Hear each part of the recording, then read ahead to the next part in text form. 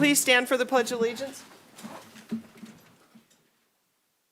I pledge allegiance to the flag of the United States of America and to the republic for which it stands, one nation, under God, indivisible, with liberty and justice for all.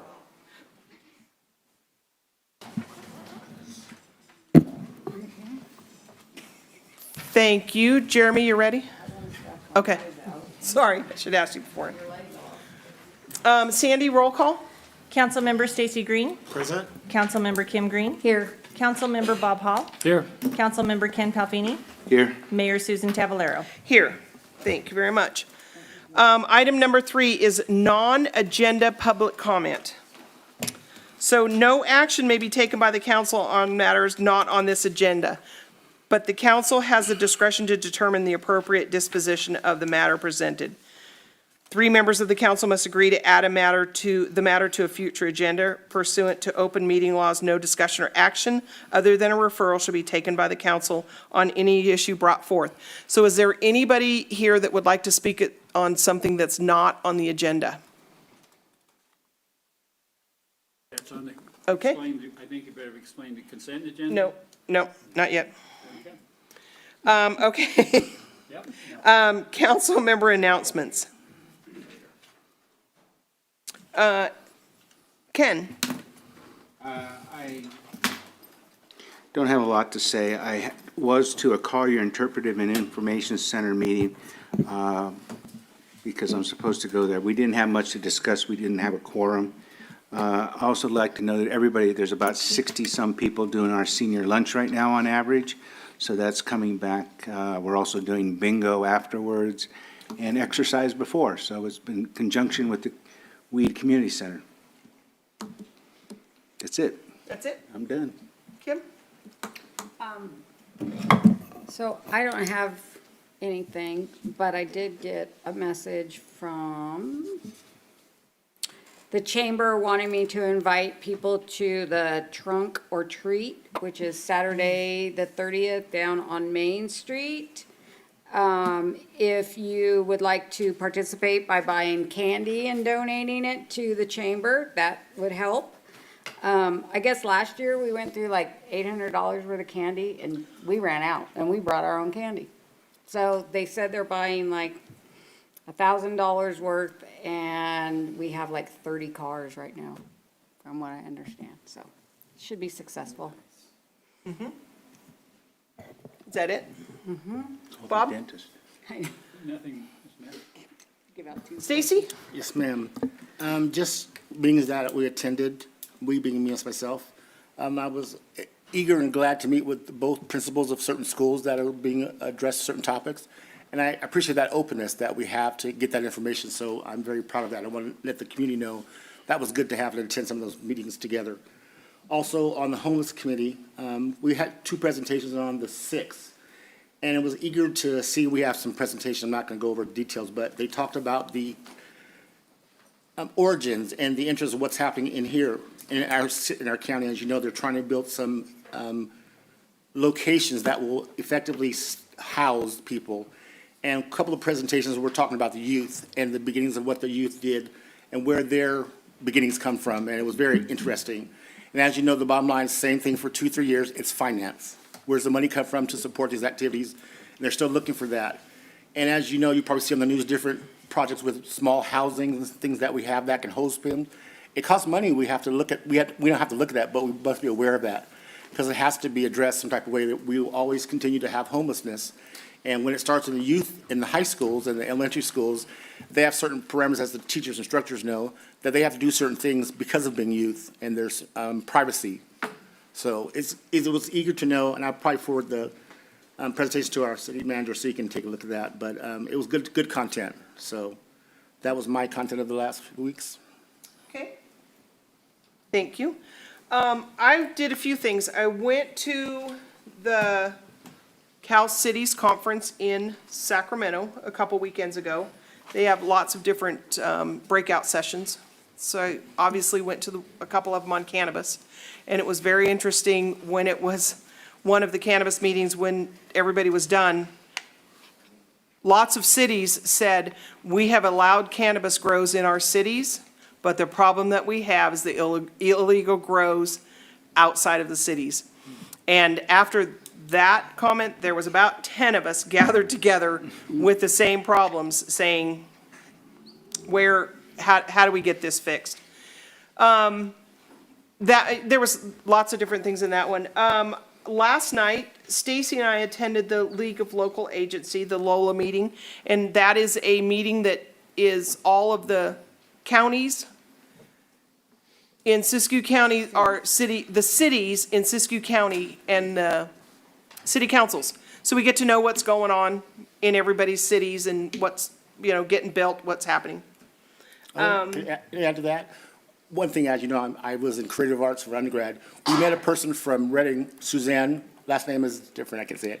But she's the rep from Shasta County that's now working in our area, that possible films can be done. As you know, Kevin Spacey was in the Dunsmuir, Mount Shasta area, and he had certain privacy provisions that people were, but we were all excited. I was excited to see in the newspaper. But some people were saying like he wants to be private, and they were looking at other activities, so they want to do more films in our area. So maybe if somebody has some ideas, let us know. But we all want to be on camera, not all of us, but But it brings money to the community. It does bring a lot of money to the local economy.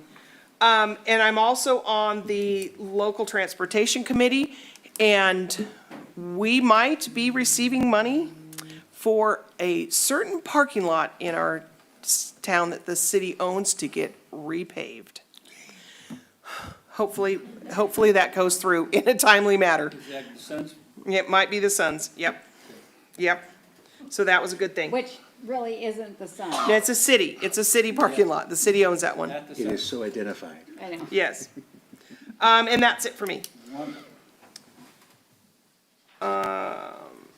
So we will move on to item number 5, a presentation. Is Quentin on there? There he is. Hi, Quentin.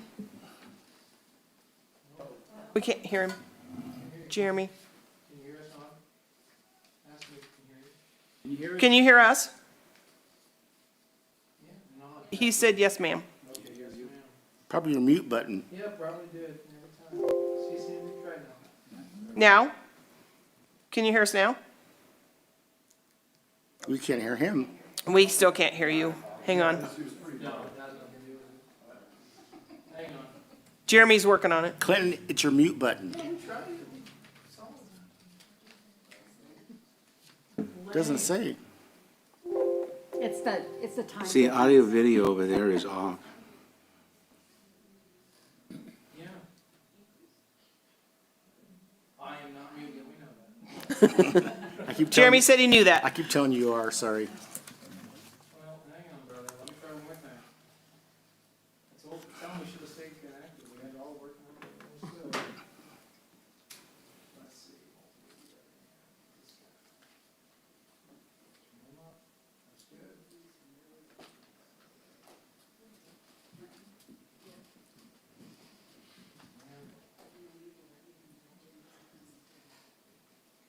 Quentin, do me a solid, disconnect your mic really quick, we won't do that one, use the same one. Can you tell him to disconnect and reconnect? Jeremy wants you to disconnect and reconnect. And just come right back, real quick. I think that, everything has to be okay when it's there. Who's that? Is that you? That's me. Delayed.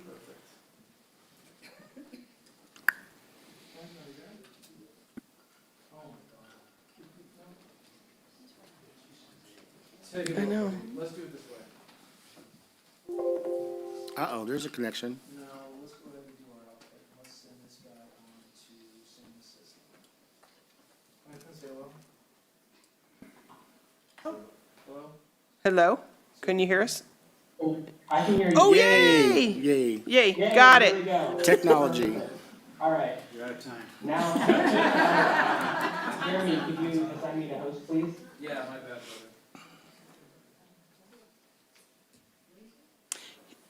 He wants to host, so he's gonna share the screen. Yeah, share the screen. But while we're waiting, I'll just go ahead and sort of give a rundown of what I'm here to speak about today. And please do not hesitate to stop me if you have any questions. As I have been at council before, and many of you are aware, we did apply and get awarded a $250,000 CDBG grant from California Department of Housing and Community Development to open a micro enterprise assistance program in the city of Weed. Now that the program is open, I'm sort of going to discuss my role in this program, the city's role in this program, and sort of how we're going to work moving forward. So principally my role as the program administrator is to sort of act in the fiduciary responsibility of the city. We can think of this grant fund as an investment fund. And what we're looking at doing is targeting micro enterprises, which are businesses with 5 or fewer employees, whose owners or whose employees are principally low to moderate income. And what we're looking for is we're looking for some of those businesses that are just on the cusp. Either a little nudge can push them over the edge, and we're looking for it, an increase in sales, an increase in jobs. We want to see this program as another incentive to do business in Weed and to help folks start small businesses in Weed. So I'm going to go ahead and share our website and sort of how folks can access the program and what everything looks like. So this is our main website right here, siskeycounty.org. For my organization, Siskey Economic Development, or based in Wairika for anyone who doesn't know us. We also host a small business development center. So we work very closely with small businesses all around Siskey County, including many located in Weed. So if you go to our small business tab, you'll see here, micro enterprise for Weed and Dunsmuir. So the city of Dunsmuir actually applied for and was awarded and is doing the exact same program as y'all. We are achieving economies of scale by, they follow very similar guidelines. The applications are very similar. A lot of the reporting forms and templates are very similar, but they do have separate funds, but I did combine them on the website. So here on this website, it sort of breaks down, what a micro enterprise is, who's eligible, and yes, startups are eligible. The way this program works is once an applicant is qualified, they are eligible for up to 3 years of assistance. So, some businesses might be ready for a capital infusion right from the get-go. That say someone put $50,000 or $60,000 into a food truck, but they could really use, 10 grand or so for some equipment, for some staffing, for some inventory, things like that. That's like really how we want to look at this program, is as a way to catalyze, to add as a force multiplier for these businesses. And they can be funded incrementally. Let's say startup business is just going to go for a really micro grant at the beginning. They're going to start off with a few thousand and see how it goes. And maybe the next year, after some increase of sales, they identify some new projects like, hey, if I get this new piece of equipment, I could double my production, or things like that. We could then do another grant at that time. And the way we did structure this program is as grants. We aren't doing forgivable loans. We aren't doing low interest loans. I think one of the consequences of COVID-19 and the pandemic is a lot of businesses right now just can't really tolerate a lot of debt. And we do have to look at identifying ways to stimulate the economy. And especially as a lot of people, as we're seeing every day, are leaving the workforce. A lot of reasons they're leaving the workforce is because they don't feel the level of satisfaction working for someone else. And many of them are actually starting small businesses. And so if this could be a way to maybe help folks employ themselves through entrepreneurship, it'd be a fantastic utilization of the program. So through this website, we describe what funds can be used for, and they can be really flexible. I mean, let's say you're a young single mother and you've got this dream to open a business, but you can't be at the business all the time if you don't have someone watching your kids. And this program can even be as flexible to help with childcare costs. So, women who otherwise would have been priced out or not able to participate in this part of the economy now have that ability. It can be used for furniture, for furnishings, improvements, even a new paint job. on the front of your building can really do a lot for increasing foot traffic to your business and just giving it a new, fresh feel. The way we can do it is just about everything other than, hard construction, big capital, giant things. If folks are, if they're able to get qualified for large capital loans through private lenders, we are going to encourage them to go there. This program really is intended for the people who may not traditionally qualify for commercial lending, or who may have fallen through the cracks before. So this is a way to kind of achieve more equitable incomes and how we assist businesses in Siskey County. And so we tell folks everything they need. And unfortunately, there is a good bit of paperwork that goes through this, but luckily there's staff at Siskey Economic Development that can assist folks with their applications. And because we are local, we are here in Siskey, that say something goes wrong or someone doesn't have their taxes filed yet, well, we're just right up the road. We can work people. We understand that things happen. Not everyone always has everything tied up, ready to go. But luckily, they're not dealing with someone in a call center, in Kansas City. They're dealing with someone here in Wairika. So we're willing to work folks to help them complete the application, to get their certifications needed, to help them plan how to use funds. That's really the most paramount part, is we want to make sure these funds are guided and directed towards ways that are going to increase positive business outcomes. So the application itself is right here. So if we open it up, this is what it looks like from the applicant's point of view. I'm going to move down a little bit just so I can see my tabs. So they'll access it through here, and we'll walk them step by step through each thing. They can save their application. And what I really like about this web form is it's HIPAA level protection. So what HIPAA means is it's a health privacy law designed to protect personal information. So because folks are going to have to be uploading their tax returns and other personal information, I want to make sure that we do our best to protect that. And so everything that is uploaded through this program is secure, it is encrypted, and it stays within a localized system. So folks can feel a little better about that. If they do want to give us stuff in person in office and they don't want to go that route, that's okay. We can always accept documentation in person as well. I'll show you the app, just because I have to fill in the information to go through, I'll just show you what it looks like from the back end. So this is all the different content that we ask for. And what's nice about this is it auto-populates into a reporting and tracking matrix, so we can kind of see all the different demographics of everyone who's applied, where they're located, what their business is, what they're aiming to do.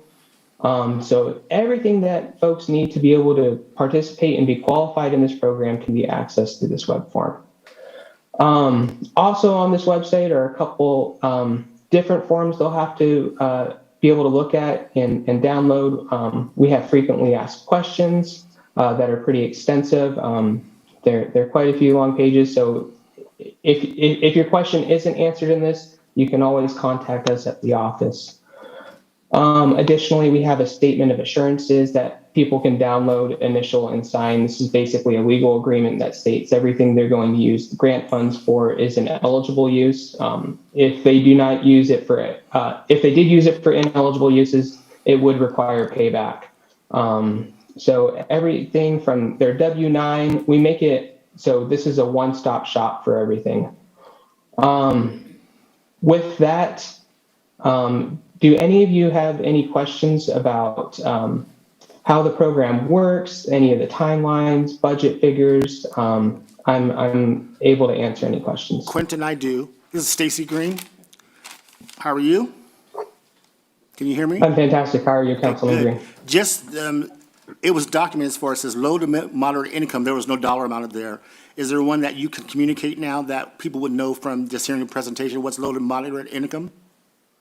Yeah, so actually we do have a link to the income limits, and I will pull it up. I have the tab open right here. So for Siskey County, for an individual, a single person, that 80% limit is going to be $39,000 a year.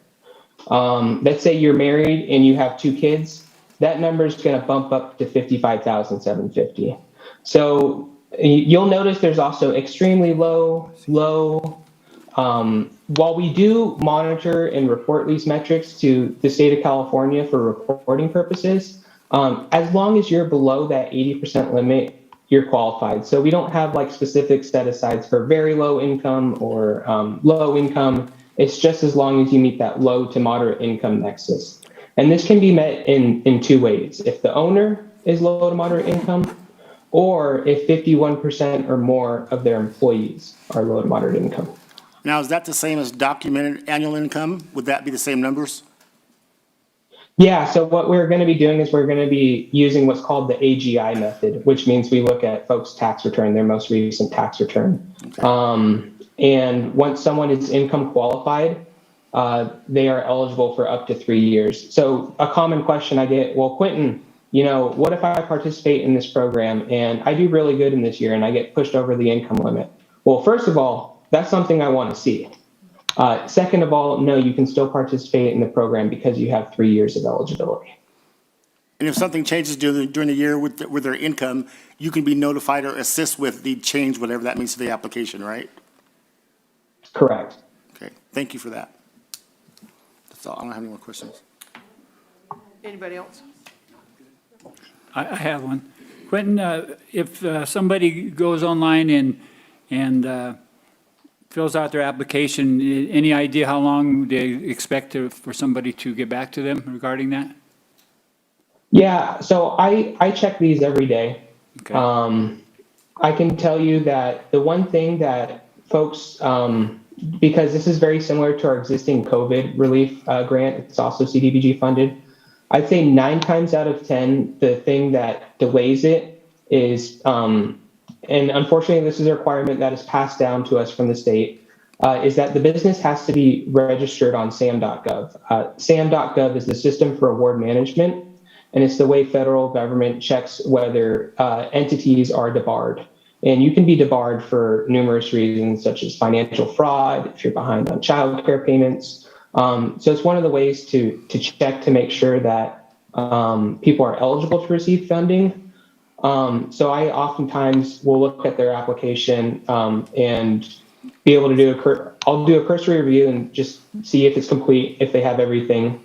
If they're missing something, I'll usually reach out that day.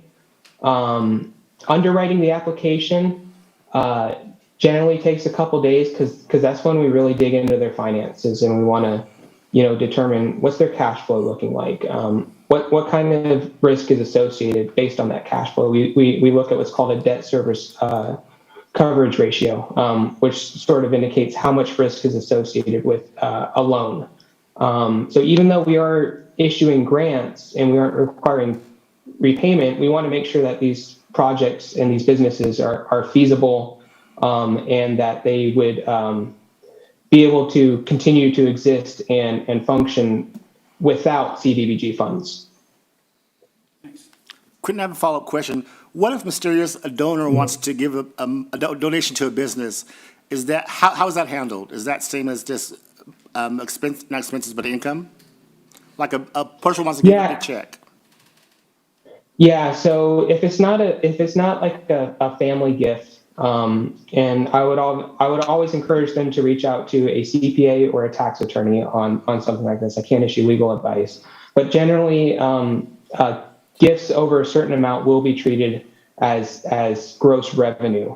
So let's say if it was an investment, like an angel investment in the business, that would generally have to come with some sort of 1099 miscellaneous from that from the person who provided that funds, and that will get treated as gross revenue. Okay, so everybody listening, CDBG funds will. So it's possible. Yeah. Everybody listening, good. Mm-hmm. Thank you for that. Good. Did anybody else we have a lot of weed people here. Did anybody else have any questions for him about this? I have a question. Microphone. Okay. Jeremy likes people on the microphone. So I have a question. I recently started the application process to become a 501c3, me and a group of our friends that do animal rescue. Our startup nonprofits eligible for grants through the county? Unfortunately, not for these programs. The way the U.S. Department of Housing and Urban Development defines microenterprise, it's as a for-profit business with 5 or fewer employees, and that's a very hard definition with no wiggle room. There are alternative funding sources through the same grant program that if the county were to pursue some sort of community development grant, for example, that can fund nonprofits either directly through activity based on what you do. But this program is designed specifically for for-profits. Awesome, thank you. I'm sorry if it was already covered. We walked in a bit late, so. No, I don't think it was. That was a great question. Great Awesome. question, yeah. Okay. I think that's it, Quentin. Thank you, sir. I think we're good. Thank you. All right, and if anyone has questions, they can call Siskey Economic Development, or my email is Quintin, Quintin, @siskeycounty.org. Please don't hesitate to reach out. Tell your friends far and few. I know Bill Choi at Siskey Daily News is supposed to be running a story soon on this, so stay tuned for that. But this will be here for a few years, so we want to make sure that folks understand they're not under the gun, to get out there to get it done. And Quentin, just the spelling of your name on our information, it says Quinten, but it's Tin, right? Okay, so just. Yeah, I have plaques from Wairika High School where I graduated with my name spelled wrong. It's That's a why. common occurrence. We were Wairika High School, not Weed. Thank you for the clarification. Thank you. Thank you, guys. Thanks, Quentin. All right, we will move on to item 6, the consent agenda. Do any council members want to remove anything from the consent agenda? I will be brave. I would want to remove item A. Excuse me. I want to be brave. I'll remove item A. I believe if there's anybody that wants to discuss or at least present an opinion on this item, it should be done. Okay, A second. moved and. Don't we No, need we three? don't need to. Okay, Thought we needed 3. no. Okay, now we can approve the consent agenda As amended. Yes, please, you as you amended. approve the consent agenda as amended, and then the Yes. first item after the consent agenda will Excuse be. me, Okay, yes. item A has been removed from the. Item agenda. A has been removed from the I have consent agenda. comments to make. Oh, you don't want us to remove it? No, sorry, to clarify, the removal from the consent agenda means it is moved to after the consent Great, agenda. okay, I and just so wanted to make sure I It will be understood treated as properly. a separate item on the Got it, agenda. Yeah, it will be Okay. taken off and you can make comments. All right, Then can I make a motion to approve the consent agenda you as can. amended? Yep. I'll second. Okay, it has been moved and seconded to approve the consent agenda. All in favor? Aye. Any opposed? All right, we will move on to items removed from the consent agenda. On number 7, so we have the feral cats. Is there anybody that would like to make a comment? You will have, I could see that. You can come to the podium. We need your name and address, and you get 3 minutes. You're not doing cards this time? No, there not be cards.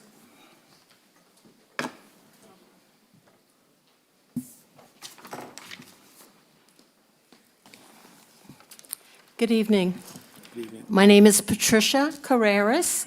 I am a member of the Feral Cat Caretaker Coalition. I need your name and address, please. My address is 802 Carmen Drive in Mount Shasta. You're from Mount Shasta. I am. Okay, thank you.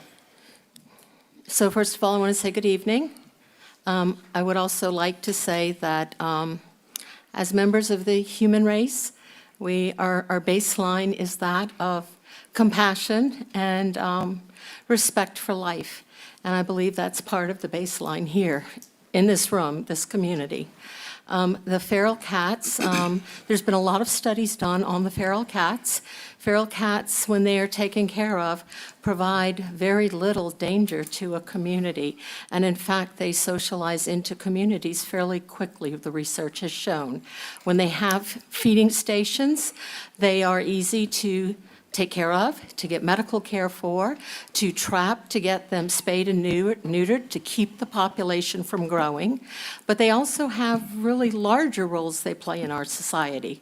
In the 1200s, Pope Gregory IV went on a mission to eradicate cats. And not long thereafter, the bubonic plague started and spread widely. And there are many learned opinions who say that it was spread more quickly because there were no cats to take out rats who spread that plague. You guys mentioned the possibility of movie companies coming. I worked in Hollywood for over 20 years. There's a story from the 1930s of James Cagney, who was shooting on the Warner Brothers lot. And his favorite hat, his wool hat, was eaten by rats. And so he walked into Jack Warner's office with his hat and said, "Everybody knows cats kill rats, and I'm not coming back on this lot until there's some meowing going on here." There are a lot of feral cats in LA living on studio lots, and there are groups that take care of them. And in the meantime, and in addition, those cats give a lot back to the community, give a lot back to the studio. The production companies, and I worked in one of the production companies, the cats bring a sense of stability and relief in a stressful job. Wherever there's food, they're willing to come out and hang out. And they get the food from craft service, and they keep rats at bay. They keep rats away from the food. And they form friendships with the people in these companies who take care of them. They really do a lot of good. And I guess the last thing I really want to say is, as compassionate, loving people with the sanctity, recognizing sanctity for life, do we really want our children seeing starving cats dying on the sidewalks of our streets? I think the harm that it does is much, much worse than whatever the potential fear is. And I say fear because it's mostly fear because education is really important. And our group would be very willing to help with education and implementation at no cost to the city of Weed. Thank you, Patricia. Anybody else?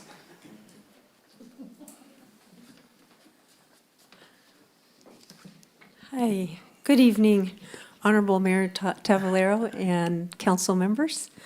I am Nicole Dwork. Okay. From Dunsmuir. From Dunsmuir. Do you need my address? Yes, please. 5630 Dunsmuir Avenue. Okay. Okay. So I represent a nonprofit cat rescue organization. I know you know me from the last meeting. Our organization is called Saving Shasta Cats. We work widely in Weed, trapping feral cats and feeding the colonies here and doing TNR, getting the cats fixed. And I wanted to give you an update. Since the last meeting, September 26th up until current, we have fixed 40 cats here in Weed, and we have more scheduled for the rest of this month. And I was wanting to know if you received the letter that I forwarded to you on Friday to the council members. Yes, they all got it via email. Okay. Yes. So, so my plea to you is to change or amend the language of the ordinance to allow rescue organizations such as myself and the Siskey Humane Society and private citizens to conduct TNR on not only private property with the permission of private property owners, but on public property, so we can be more effective in this venture to control the feral cat population. So that's my main request tonight. When I spoke with Tim Rundle last week, he mentioned that organizations could request by special permission to feed, possibly on public property, to do TNR. Well, when you say, okay, I'll let you, So I'm I'd like sorry, you to clarify. Yes, okay, thank you. So I wanted some clarification on that, and I wanted to know if we could actually have that included in the language of the ordinance, so we can be assured that this will actually happen. So that's one request I have. Let's see, I had wanted to ask about the committee. We had discussed the committee at last meeting and had not heard from any of the council members about it. And I had requested of Sandy to be able to give a presentation tonight and was denied that opportunity. So I'm just wanting to continue this dialogue so we can solve this problem in a compassionate and effective way. My organization is offering funding and thousands of hours of time to this, so I would like to ask that you would please work with me on this. So I would like to see the committee go forward. So those are my main questions. I know I'm running out of time here, so I'm probably not going to be able to finish my last point, but I did want to let you know that starving animals, I think if you actually saw it and saw what it looked like, I think you would change your mind about this decision that you had made about putting forth an ordinance to starve cats. It is beyond cruel. And I have pictures for you and videos. And I do think it would change you. I think all of you are compassionate people here. So I'm pleading with you to use your heart and your head. Thank you. Thanks. Anybody else?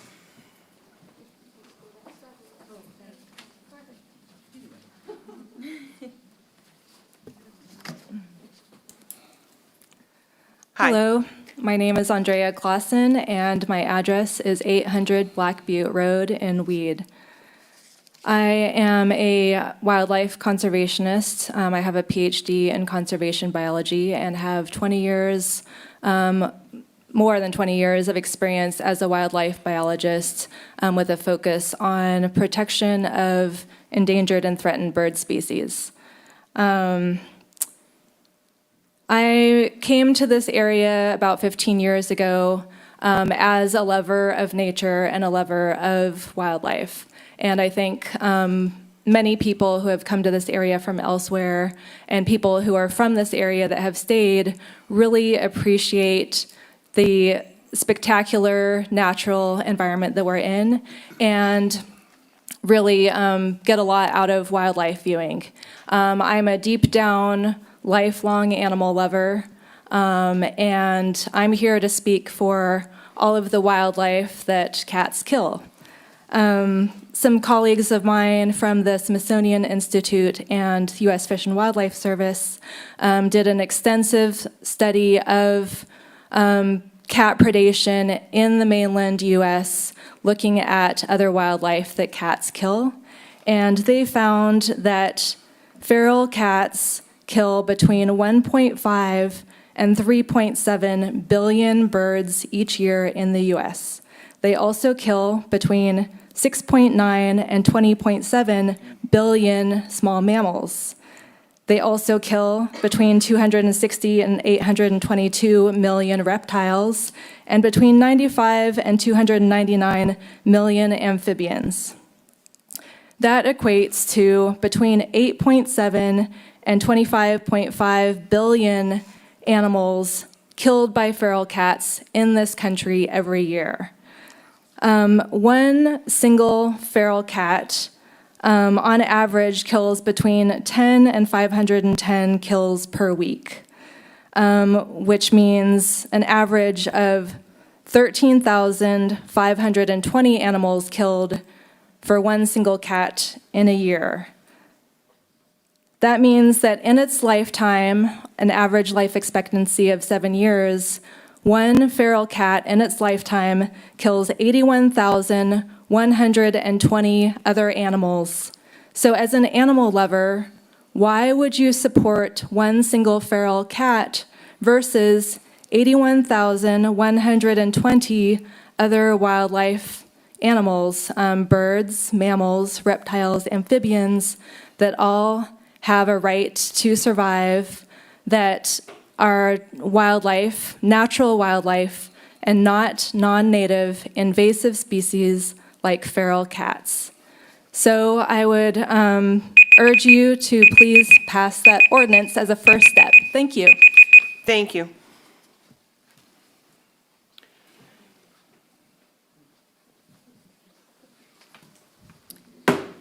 Good evening. I'm Liz Winterhawk, 5720 Antelope Court in Weed, Antelope Court, is that Lake Shastina? Shastina. Okay, thank you. Yeah, thank you. And thank you for the opportunity to address the council. So it's interesting to me, I love statistics.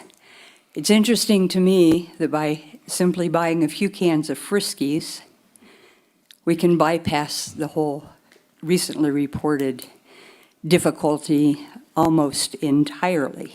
You know, it's also shown statistically that regularly fed cats get neutered. They're easy to catch, they're easy to feed, they're manageable, and the population depletes in this program. Those cats are not out eating millions of this and millions of that. I'd like to see the statistic on what any one of us eats in a month. You know, how much killing are we responsible for? How many cows, how many eggs, how many whatever, plants, you know? Every single one of us falls into exactly what those cats do. But we range further. We order on Amazon, we eat out. You know, we're much more responsible for death and dying than any feral cat. And it's, I'm working animal communication now for 30 years, so it's my job to observe all of these kinds of programs. And I got to say that Shasta Cats is right up there with any national or international program in terms of their ethics, in terms of their showing up. You know, they never let you down. I've snowshoed paths for them to feed. You all might know Ruth Schlossberg, who was probably here at the last meeting, half my size, out to her hips in the snow to feed cats on the lot that she bought in Mount Shasta so that she would have a right to feed those cats. And there were many, many cats there for many years. Now it's down to a handful, and that's because of trap, neuter, release, feed the cats, vaccinate them, get the ones that are young enough or potentially able to be adopted, run them through the Humane Society, run them through private fosters. Many of us in this room have what were feral cats. You know, if you've gone to the Humane Society, you might have adopted a feral cat. So it's not the fault of the cats that are out there, it's the fault of the uneducated people. And it's our fault, too, if we don't allow something that's already in place, being funded, not asking a nickel for the city, not asking you to do anything, like get up and go out in the snow, or the snow in Mount Shasta, wherever, to feed the ferals. You know, you don't have to do anything. It's all being done for you. It's handed to you on a silver platter. And by golly, those statistics are going down, and you're going to have problems if you don't keep up this program. So I ask you to please at least revise some of the permissions. Thank you. Thank you. Anybody else? Oh, there's two of you. Hi, my name is Ashley Bissonette. I live at 55 Northweed Boulevard in one of Cliff's nice little apartments. I actually ended up in this county for multiple reasons. One, I have a child that lives here with his father. Two, my most recent relationship left me and my children sitting on the side of the road. However, I've been involved in animal rescue and rehab for much longer than I'd like to admit, almost since I left home, which I did at 12.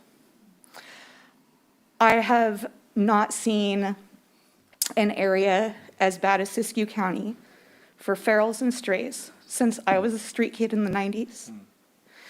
Starving animals, not allowing animals to get medical care isn't going to help with the feral population. Strong trap, neuter, release ordinances where people are allowed to come in, trap, neuter, release, and feed. Stops the spread of diseases, stops them procreating over and over and over again. Starving them is not going to take care of the situation. Keeping them from getting medical care is not going to keep them from breeding. They're going to get into people's garbages. They're going to continue to procreate. The goal of trap, neuter, release is to bring down our populations so that we have a manageable group that isn't continuously breeding and causing more of a problem. When you start feeding feral cats and start doing TNR, the number of animals that they eat in the wild drop drastically, drastically. When animals are fed and taken care of, their natural instinct to go and hunt for food isn't nearly as strong.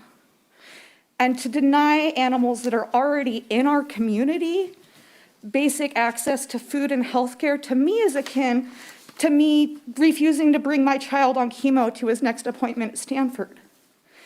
Denying beings, whether they're human or not, that are less capable of themselves, basic rights as an animal, as a living being, is one of the cruelest things I think that humanity can do as a whole.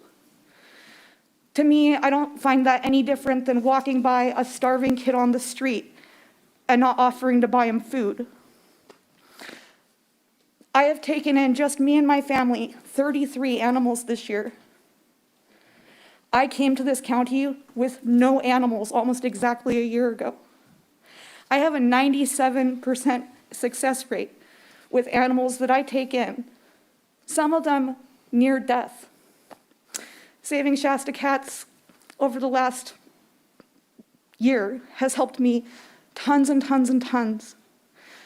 I have saved the lives of at least 13 of them probably would have been okay, but the other 20 animals that came into my care would have died had it not been for me and other organizations that are in our county. And I'd like you guys to take that into consideration. Thank you very much. 55 North Wing Boulevard. Hi. Hi. Bruce Shoemaker, 800 Black Butte Road in Weed.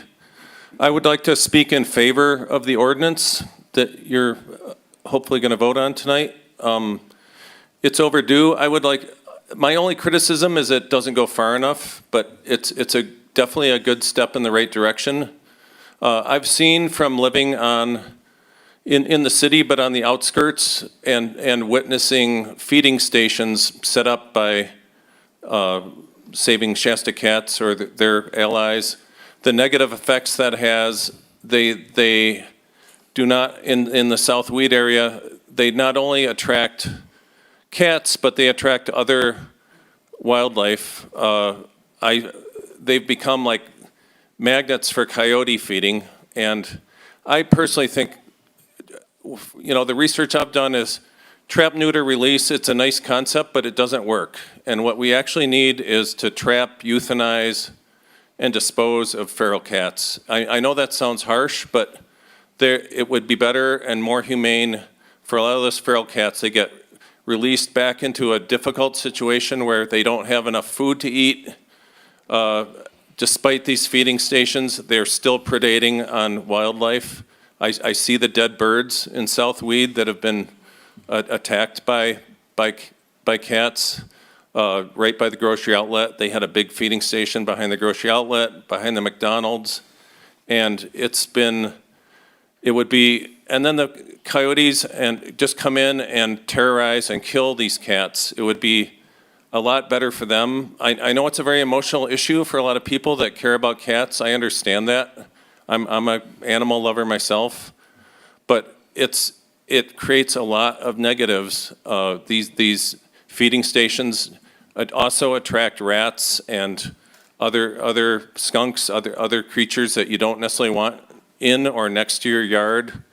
I know it's nice that it's on private property, but you're still, if that's right next to your place, you're still going to be dealing with lots of feral cats, their noise, their problems, and coming into your yard, killing the birds that you might love in your yard. It's basically a really negative thing, and I understand the motivation that people love cats, but it's a naive and unrealistic strategy, and TNR has just been shown all over the country not to actually work, and that's why TNR is not new, but yet the number of cats feral cats just keeps going up and up and up, despite all of these supposed humanitarian efforts. So anyway, I appreciate your willingness to overcome the emotion of a vocal minority and pass this important ordinance for the people of our community and the wildlife of our community. Thank you. Thank you, Bruce. Anybody else? Come on up. Hi, my name is Sydney Scott. My address is 639 Paul's Place, Mount Shasta. My grandma's from Weeds. I'm sorry, what was it? 639 Paul's Place, Mount Shasta, In California. Mount Shasta? Mhm. Okay, thank you. So my grandma has lived here her entire life, and a lot of you may personally know me, actually. I have been coming up here since I was born. I've seen the cat problem firsthand, and actually within the last 3 weeks, I've caught 5 cats, I've gotten them their shots, and I've gotten them rehomed, because that is exactly what needs to be happening here. Along with the last gentleman who just spoke, I just wanted to say we do live in a very rural area, which means you have to expect animals anyways. This isn't being brought on by the cats necessarily. I'm completely against this ordinance, at least how it's written right now. There are good parts to it, but I do feel that the trap, spay and neuter, and release is really important. I personally, my aunt lives over on Stringtown, and I have been trying to catch the mama cat because it's on her personal property, and I'm fully willing to pay for the spay and neuter that needs to happen, because after that happens, then there's no more kittens for me to catch, and then there's no more cats to feed. It does take care of a lot of the rats and everything that is going on around here, because as we know, we also do have a partial trash problem with underneath buildings, in between buildings, which attracts the cats. That could also be another thing that could be taken care of to diminish a lot of the cats that so many people have problems with. I don't have that much to say, but I really hope that you do hear me out on this with the whole catch, spay and neuter, and release, because I do feel that it could really help. Thank you. Thank you. Anybody else? My name is Kim Lattis. My address is 444 Shasta Cove, Weed, California. I'm also the director of the Siskey Humane Society. Where's Shasta Cove? In Weed, California, off of Old Stage. Okay. Siskey Humane Society has been working with the City of Weed and their animal control community service officers for over 15 years in relation to domestic and feral animals. Siskey Humane Society has been available to assist and provide services in the following capacity. We've accepted stray, unclaimed dogs into our adoptions program that were impounded by weed officers for running at large. We've provided training to the officers on temperament and behavior testing for dogs for adoptability. We've assisted with capture and euthanasia of dangerous dogs, assistance and intake of animals involved in legal cases such as hoarding, theft, abuse. We have taken the calls related to all cat complaints and issues referred to us by the City of Weed, because the City of Weed does not provide services related to cats. Since 2010, Siskey Humane Society has accepted 792 cats and kittens from the City of Weed jurisdiction. Since 2015, from the City of Weed jurisdiction, we have accepted 160 stray cats over the age of 8 weeks, 175 owner surrenders. We have provided spay and neuter assistance and other services to 269 public-owned cats and kittens, and accepted 139 stray feral kittens under the age of 8 weeks. We have spayed and neutered 74 feral cats and kittens this year to date from the Weed jurisdiction. The amount of kittens that could have been born from all these cats would be in the thousands. I can guarantee your feeding ban is going to create an influx in the breeding and reproduction of cats in the City of Weed, which will increase the death and killing of the wild animals referred to from your previous speaker. The offspring of the cats that are scavenging for food, malnourished, and exposed to more illness and disease are going to be of the same. Sick, malnourished, inbred kittens will consume our resources rapidly, not allowing us to help as many as we have in the past. I offered assistance and asked that you contact Siskey Humane Society last month, but no one has called from the council or the City of Weed to ask questions or to find humane ways to resolve the problems. Last month, your chief of police gave a 30-minute presentation which contained information from the only animal welfare organization in this country that is against the TAR programs. Your reply to me was, because he works for you. Do you not work for us, the community? Why am I, an employee of 53-year-old local established animal welfare organization with over 25 years of animal welfare experience, who understands and has empathy for both sides of this situation, is not allowed to give a professional educational presentation to your community, which last month I was told I would be able to do? I can only assume at this point that you are making this decision based on that information given in the PowerPoint presentation. You failed to include in your presentation, PETA suggests that the people are morally obligated to euthanize feral cats. I'm asking you to table the voting on this ordinance and find a way to work with us to resolve this problem that your members of your community created. This ordinance will put up barriers and obstacles that will delay the efforts of those trying to help humanely reduce community cat population. Those of us that have been helping for a very long time, and I feel very disrespected that I and our organization wasn't allowed to give a proper presentation. Thank you very much. Anybody else? Ms. Mayor, I'd like to ask, please respect the allotted time regardless of your comments. So far, everybody's been. That's just a general everybody's statement been for good. everyone who wants to speak. And I appreciate that. Everybody's been very good about the 3 minutes. Hi. Hi, Name and my- address? My name is Dione Von Hein. I live in Dunsmuir, 5918 Mountain Avenue. You live in Dunsmuir? Yes. Thank you. And I am part of Saving Shasta Cats. I have a couple questions of the people that presented the against or for the ordinance. What are you going to do about people who own animals but don't bring them inside their homes? They allow them to stay outside, and many times they wander around to other people's yards, but they belong to someone. What are you going to do about those people and their animals? And what are you going to do about the people who move away and abandon their animals, because that's against the California laws? Abandonment is a misdemeanor, and those people are never prosecuted. Nobody ever talks about that, and that's what we deal with. Most of the animals that we have and take care of have been abandoned, and they join these feral colonies. You call them feral, but they're community cats.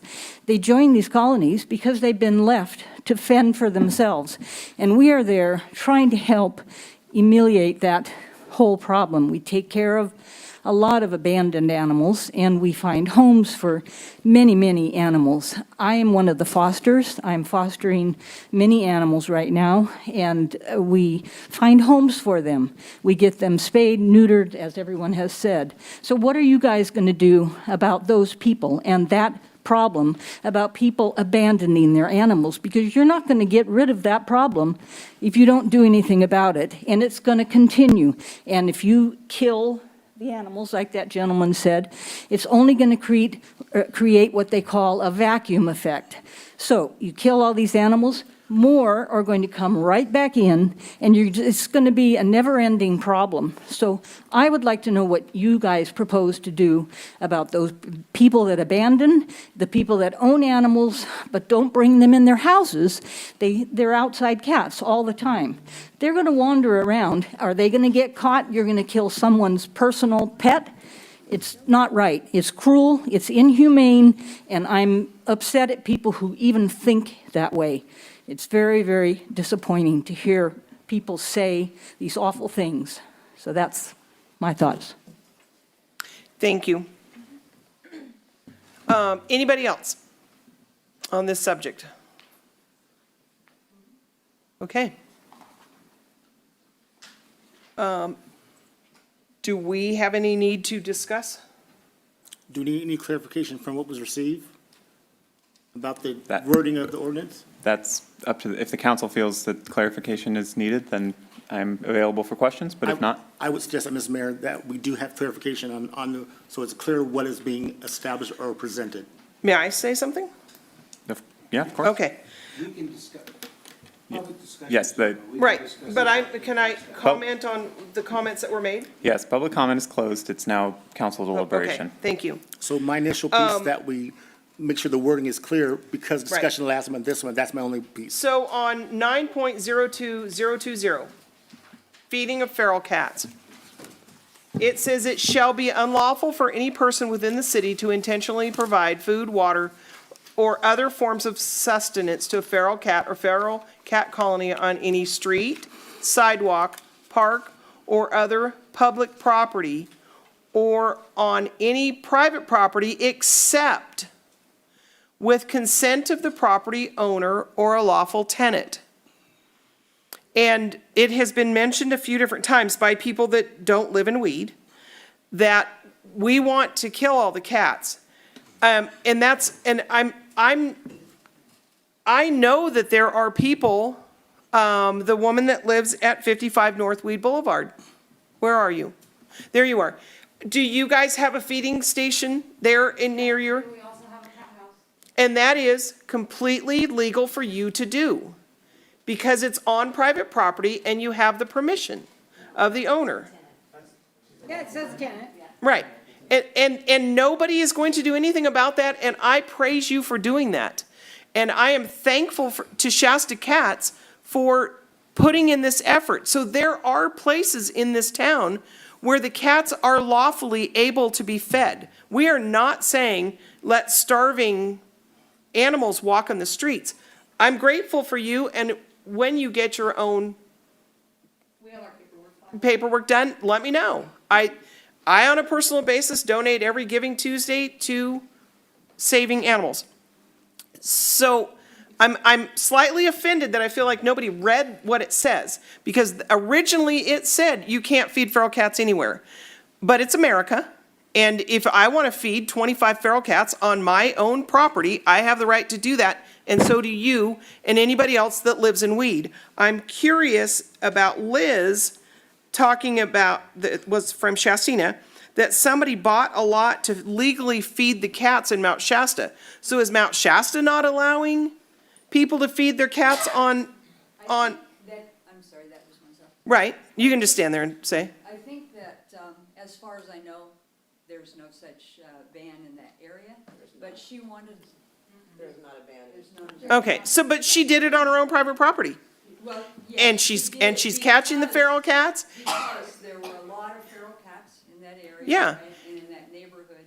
She wanted to make sure that she could put into effect the things Yes. that really work. And I don't think there's any of us that are saying that we want you to stop doing that. I think that it's the public areas that it's happening in. Because if it's a private piece of property that has permission, it's okay. And please continue doing what you're doing. This Humane Society, I mean, I donate to the Humane Society too. Thank you for doing what you're doing. Shasta Cats, thank you for doing what you're doing. We appreciate those things. On a personal basis, I think that it's like trying to put a fire out with a garden hose. But, it is what it is. Keep doing it. And whoever talked about the people that leave their cats, there's responsible people all over the place. There are irresponsible people that are raising kids. There are irresponsible people that are raising dogs. There's irresponsible people raising cats and their parents. So if read this and see that it says we are not banning it. We don't hate everybody, but it needs to not be done on public property. We're encouraging responsibility. Right. We need education. Ms. Mayor? Yes. I'd like to, it's time for us to discuss this. We've already heard from. First of all, the idea that we have a serious problem of a lot of people in our community abandoning cats. Or I haven't seen it. I've been here a long time. I'm sure that it does happen. But I think that we have to take into consideration that there's no way to enforce that as long as we have cat colonies. We're not going to catch, the cats, we see a large number of cats in these colonies. Hang on a second, Bob. It's, you guys have all had your opportunity to have your comments. It's now time for the 5 of us to discuss this amongst ourselves. Because remember, this is the only time that legally we can talk to each other. Yeah, and I think I also want to say that, showing respect to, for us to make this decision isn't easy. I mean, we have to be responsible. And we feel like, I feel that we've made a responsible attempt to be as fair and as humane as we could regarding this issue. And I also, like I said, regarding our feral cats that are being dumped by our citizens, and that's been said a couple of times in the 2 meetings that I've been here, which I don't see any, I think it's preposterous if somebody say that because we have so many cat colonies. And I also believe that, we have this, it's an emotional. I know it's emotional. I know that it's hard, but there's a responsibility here. Now, these cats, we talk about neutering, and we've had these cat colonies have been growing. They're not dwindling. They're getting more. Our chief has done a lot of research regarding that. The numbers, do we have any idea the total number of feral cats we have in this community, or estimate? I don't have that estimate. I'd defer to Shasta Cat since they are the ones out, taking tally of that, supposedly. Well, okay. My point is, what we've done here with this ordinance, we've just cleaned up we've taken the responsibility away from the city that we're going to just dump food wherever we want. And the city's going to be responsible for those cats. We're not responsible for those cats. The people that are feeding those cats are responsible for those cats. Okay, we listen. Okay, I need a hammer, I think. My point, I listen to you.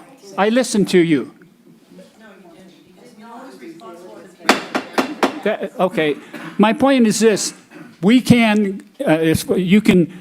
talked about private property. My answer to it is, Saving Shasta Cats, go to a private party and make the contract with them that we're going to use your property and we're going to neuter these cats. And if that person decides that they can take on that responsibility, if they can take that responsibility on, then they're going to, and the agreement is between Saving Shasta Cats and this private property, have at it. But don't lay it on us to clean it up. Thank you. May I make a comment? No. No. I'd love to educate you after. Thank you. I wish you would. Next week. Hang on, this is our meeting. Thank you, it's our meeting. Stacy, anything? How do I word this? My thinking is that since the last meeting, what I've seen on social media, what the Wait, police who chief is has that? mentioned. Cindy, would you stay for a second? One more second? I actually have schoolwork and I don't. Okay, I'm sorry. Well, I wanted to compliment you on doing what you do at your aunt's and your grandma's house for spaying and neutering the cats that happened in there, because that's the correct thing to do on your grandma's and your aunt's private property. Yeah. Thank you for all of your time. May I continue? Okay, yeah, go ahead. I'd like to continue with my comment since I was instructed by the mayor to do so. May I do that, everyone? Yes, go. Okay. My concern is behavior. Since last month's meeting, what we've seen, letters we received, and consultation with the chief of police, what activities happened, has not been truthful. And a lot of things have been shared, and I think the ordinance has addressed, as the mayor eloquently just explained what it actually reads, has been changed to address some of the concerns. And whether you agree or not, that's my pause, that we just follow what's there. If you're okay to disagree, as I always mention, as Bob and I, we talk about, I may not agree with everything he says, but I'm okay to disagree with him. That's where we have to be, and your behavior speaks to what's actually happening. A lot of language in the letters and people have spoken as not being the truth of what behavior has been in the last month. I've seen it. So I have to say that. I can't live, and I know you make comments after I speak or looks. I'm not worried about that. But I'm worried about behavior, what you actually do and what you say. And I think that has to be the same. There's no need to. No, thank you. Behavior versus what is communicated or said, All right. period. Thank you, Stacy. And I'm done. Ken? Thank you for the comments. I'll make it very brief. I thought that the mayor described the situation perfectly. We are doing our part to kind of reduce, and I think this ordinance does approach that. Nothing is perfect. If it doesn't work, we can always come back and revise. Okay? Can I ask a quick pertinent question? Sorry. Kim? Well, based on the letters that we did get in, oh, it's fine. Based on the letters that we got in our email, the information there versus the PowerPoint presentation that we saw last week, or last month, specifically stated about working with Joyce at the Merck for the colonies that she's had there forever. So the information is conflicting information. One says that Joyce is working with the groups, and one says that Joyce has been telling the groups for 4 years to stop using her property. So what's the truth? I can only speak to what was told me, so I'm not, I mean, what's been said between the group and Joyce, I don't know, only what was, after the last council meeting, the owner of the Mercantile, Mrs. Oliver, reached out to me, requested that I come over and speak to her about cats. I went over on that Friday, spoke to her. I have since spoken to her as a follow-up, just to verify her statements, about a week ago. She stated that she has been asking Shasta Cats for 4 years to stop feeding behind her property. She indicated that there is an ongoing issue with them, and she didn't say that it's Nicole. I want to take Nicole out of this. Nicole was not mentioned. So these are the volunteers pushing open the crawl spaces for the cats to get under the building. She does not want the cats in the building. They are all throughout the building, climbing through the walls up into the upper levels. Then she referred to the previous TNR that was attempted prior to, I believe, Shasta Cats, and how that had failed. And she was actually paying for the spay and neuter at that time. After that TNR failed, the cats were continued to be fed by that group. She had to ask them to stop because, per her words, the cats were actually stealing food off the barbecue and from the restaurant, despite being fed on the side of the building over here.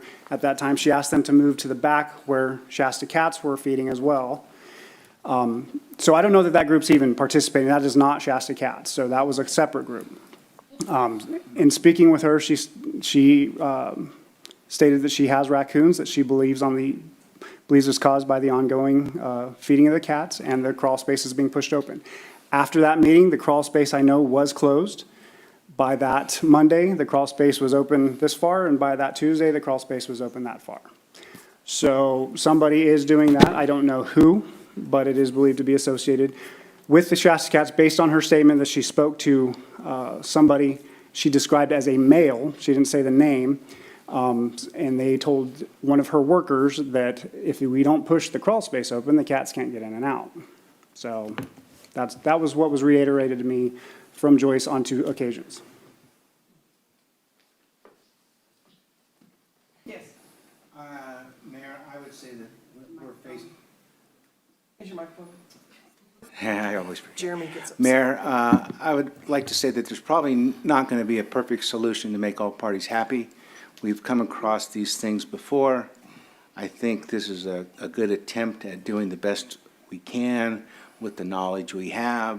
Therefore, I would like to make a motion that we have the second reading and adoption of ordinance number 464-2021, an ordinance of the City Council of the City of Weed, adding Chapter 9.02 to Title 9 of the Weed Municipal Code regarding feeding of feral cats. Are you making that a motion? Yes. It's a motion. I second it. It's been moved and seconded to approve ordinance number 464-2021. All in favor? Aye. Any opposed? Okay, Thank you. done. Thank you. Thank you for being patient with me. Okay, I find where I am here. Item B, I believe. Moving on to council business, item 8A, grant application. Approve application for rural recreation and tourism program grant funds. Tim, is that you? Yes, Madam Mayor and Council, before you tonight is a Resolution 20-2021. It is in regards to the city applying for some funds to build a dog park in South Weed. The dog park will primarily be utilized by travelers, we believe, coming in and off the state, off the interstate, which would qualify us for some tourism dollars in order to achieve that. So the resolution before you tonight, now, I will say that the funding is 100%. So there are two pieces of property that are up there, up on the screen. The one between Shastina and Black Butte, that says number 16 in the middle of it, is a piece of property currently owned by the Comfort Inn. Raj's family there, they own that, and they have spoken and said they'd be willing to sell that in order to achieve a dog park. The one up to the north of it, off of Shastina Drive, is city-owned property. We are looking at putting a parking lot there on that piece of property and utilizing a crosswalk for folks to be able to park and then bring their dogs across there in a safe manner instead of just dashing across the street. So tonight is just simply a resolution for us to send in an application for the grant application itself. And is Anna, there she is.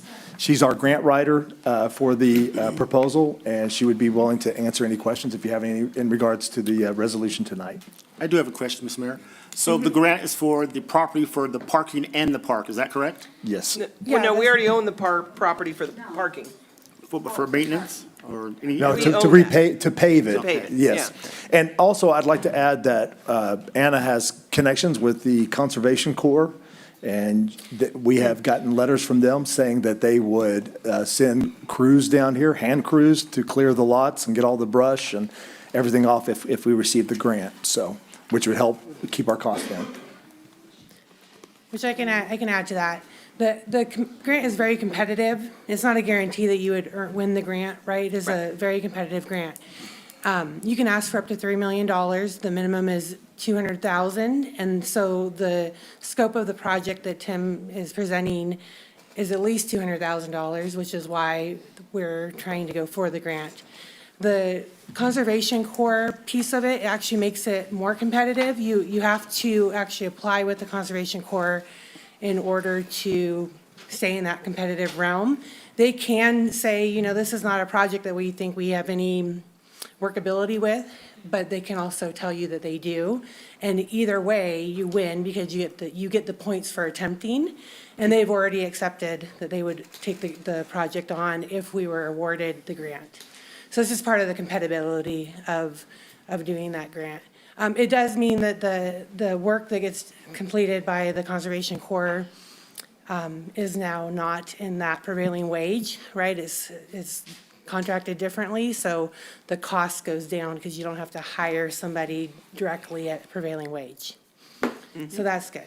And we get to quote with the project manager from the Conservation Corps. We get to quote with them how much time and effort we think it's going to take, and then they plan it out based off of that. So there's lots of work to do. We're really just getting started on the actual application piece.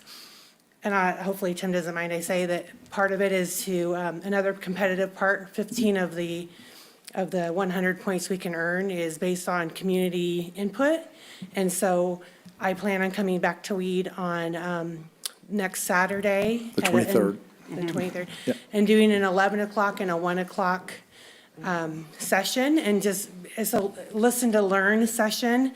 I mean, I realize that the council probably has a lot of direction on what they want, and the dog park is a pretty simple project. It's a fence and some guidelines around that, but you want to hear your community and be able to document that you actually completed these sessions with the community, and it makes you more competitive. If you don't do it, you automatically lose 15 points.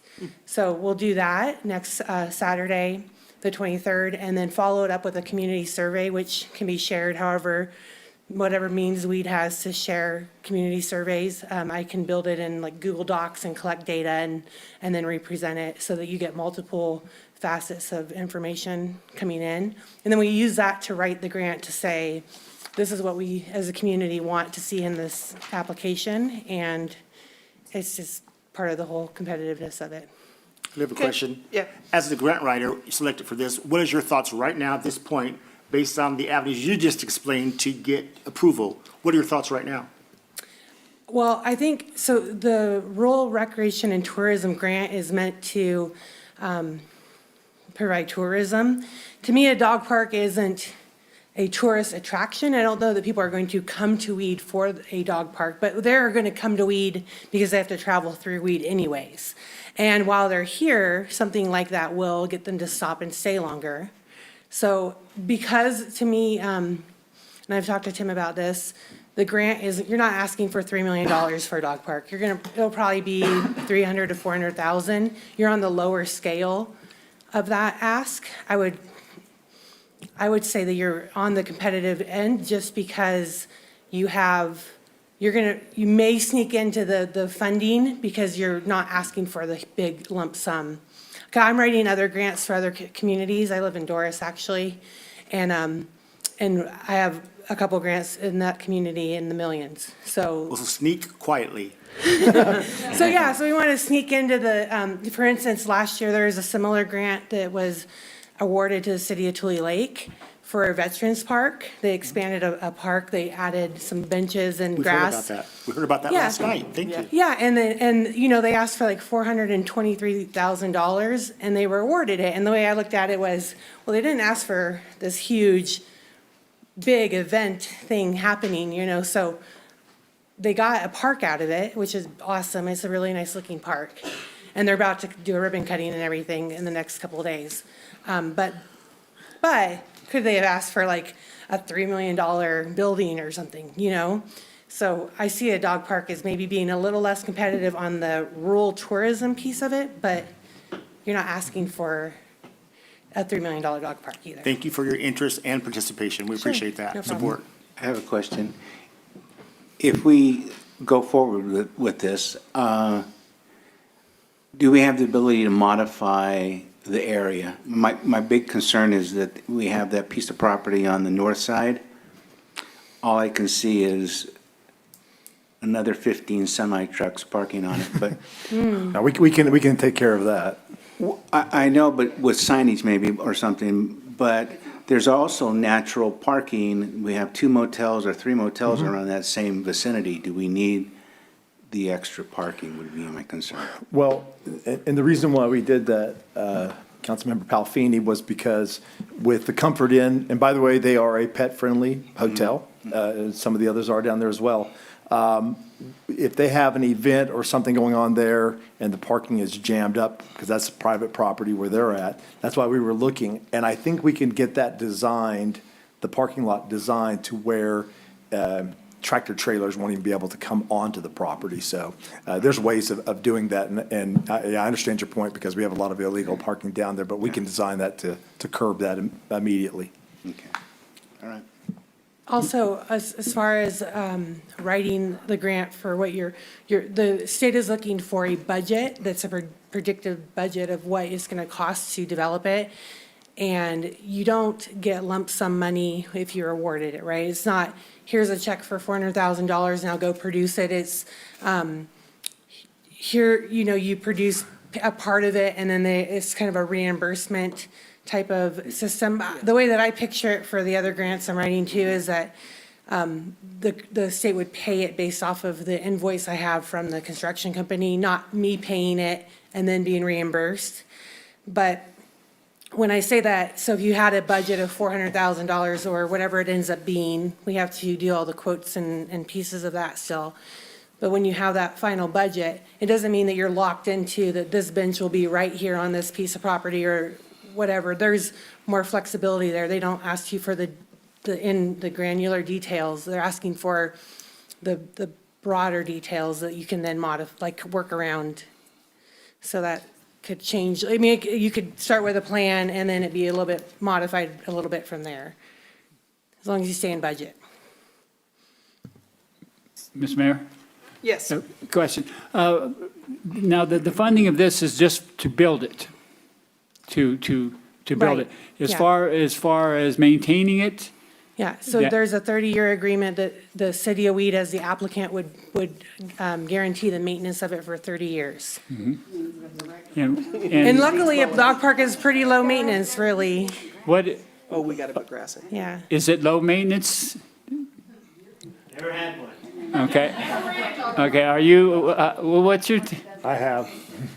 There's not a whole lot to them. Like I Okay. said, you might have a little bit of irrigation if you wanted to put in there. And the actual cleanup, most of the times the pet owners are very responsible in picking up after their dogs, Okay. and you have waste stations. The big thing is just the mowing during the seasonal parts of that. And we do have a contract with the Parks and Weed Rec Rec. District. And so, you can do it. So it's your Okay. responsibility.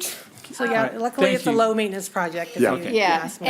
and when I first started with the committee and getting people together, you know, I was seeing pictures and these beautiful, beautiful lawns, and then people started bringing me pictures of actual parks that are around here. Right. Nobody has a lawn. It's all dirt. So I'm like, well, you can scratch that part. But It can do a whatever drinking you want, fountain costs $7,000. So even though it sounds like, oh, that'll be an easy, cheap, it won't be. I don't anticipate being cheap, Yeah. because the land but the good thing is too, the land acquisition is built into the grant application, and you can acquire land with this, and you can actually make the whole entire application be that you acquired land and that's it. But there's a project idea that could go on that land that's gonna take money as well, and then there's the opportunity, at least an opportunity to try to have the funding through an application. And just additional information, so this is a competitive grant, but we're not competing with the entire state of California. We're only competing with other rural, cities. so that there's actually a population written into, you have to have at least this many people, and you can't have more than this many people to actually qualify to even apply. Counties less than 500,000 people and cities less than 50, which we definitely qualify. Yeah, yeah. Well, she But it mentioned- also, it's 100% funded, there's no match, as long as you're under the, it's like $48,000 or $53,000 The poverty. poverty level. line, And yeah. we qualify. I'm just looking for your great sneaking ability, that's all. We are well qualified for So all of this this. is part of Prop 68, which actually started in 2018. And there's different parts of the grant, and we already have the per capita parts. So the city has one and the rec department has one for other projects. And then the rec department will also be submitting one for the rural rec grant. But Something separate. yeah, we'll talk So- about that at our meeting next week. And a park itself can be represented once, but an organization can write for multiple, like the city of Weed could write for, as long as there's different scopes, different parks, which is why Kim can do that, right? But one park can't be represented in multiple applications. So financially, it's covered. Yeah. Yeah, it What would you're be saying, covered, okay. yeah, Okay. Any more questions? if you win. Ready. Kids, go. Mr. Mayor, I'd like to move adoption of resolution number 20.2021, a resolution of the City Council of City of Weed approving the application for rural recreation and tourism program grant funds. I will second that. It's been moved and seconded to approve the grant application for rural recreation and tourism. All in favor? Aye. Aye. Any opposed? Okey-doke. Okay, item B, a public hearing of the County Committee on School District Organizations for Research and Consideration of Reorganization. Yes, thank you, Madam Mayor. So as you all,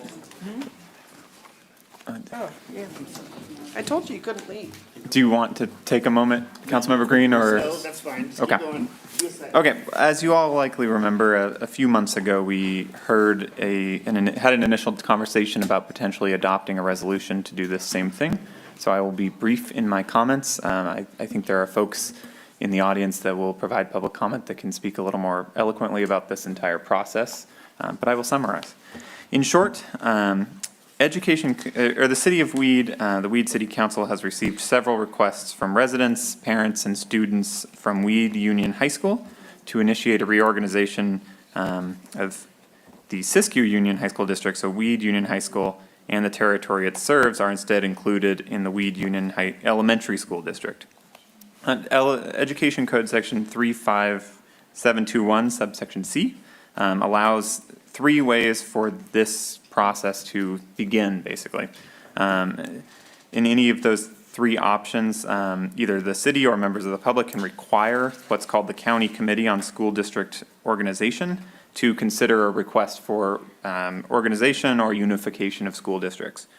Those 3 options are a petition signed by at least 10% of qualified electors in any district, a petition signed by at least 5%, this one doesn't apply to us, for districts with over 200,000 pupils, which I don't think I think we just squeak right under there. And finally, the option in front of the council today is a resolution approved by a majority of the members of a city council, county board of supervisors, governing body of a special district, or local agency formation commission, a LAFCO, that has jurisdiction over all or a portion of the school district. So basically, if the county committee on school district organization, receives, if the city approved the resolution that's attached to city council, then the county committee has to go through a process where it researches the proposed reorganization and then ultimately holds a public hearing on the proposal. If the county committee grants that request, then it adopts a tentative recommendation, does some more public hearings, then adopts a final recommendation that goes to the State Board of Education for even more hearings and adoption or an election on the matter. So this resolution ultimately would basically require the county committee on reorganization or on school district organization to do that research and hold that hearing. Before I stop talking, I just wanted to, a council member pointed out a holdover from our prior resolution that I would like to correct, and hopefully you can either adopt it as it was originally proposed in here, or if you are adopting it, or with this change. That is the 5th recital, starting with whereas the city council desires to support reorganization. That was intended to say, whereas the city council desires to support the further study of reorganization of the school districts in the manner described above. So my recommendation is, if you are adopting a resolution at the end of this item, is to adopt it with that minor change to clarify that the action being taken today is a desire to support further study of this reorganization, not necessarily a statement of whether the city council supports the reorganization. So with that, I'm here to answer any questions, but otherwise, continue. Thank you, Brian. Do we have anybody in the audience who would like to comment on this?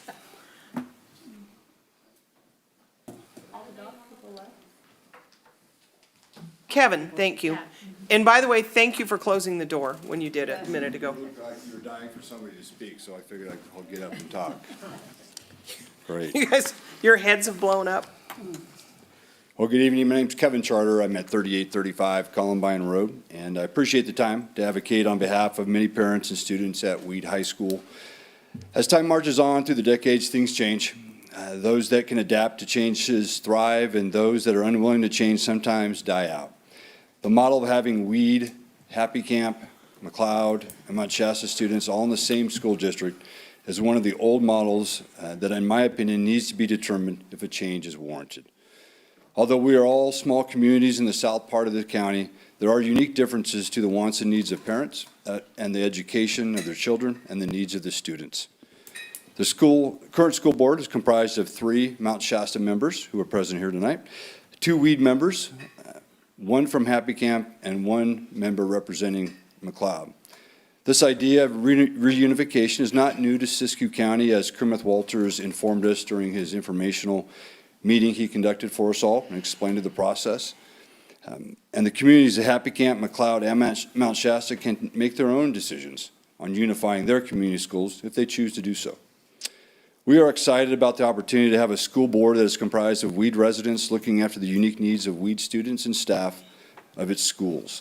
The current system is too inflexible to deal with the different needs of each community. I've witnessed this over the last 19 board meetings, and there is a better model that our students could engage in. Again, this is only a study to determine the feasibility of unifying Weed Elementary and Weed High School. You are not to be burdened, as was stated, with the role of listening to the pros and cons of the study, nor making the final determination. Any discussion of why or why not this should be done is completely premature. It is the purpose of the study to go through that Kermit will engage in. As I stated last month, we don't know what we don't know, and this study will illustrate whether or not this is a doable plan. We're asking for your help to just simply facilitate the start of the study, and that is it. If the study determines it is not feasible, then things will stay as they are. If it is feasible to unify the schools, we will have a democratic vote initially, or finally, to determine what our citizens want. That burden is not on the Weed City Council to do that.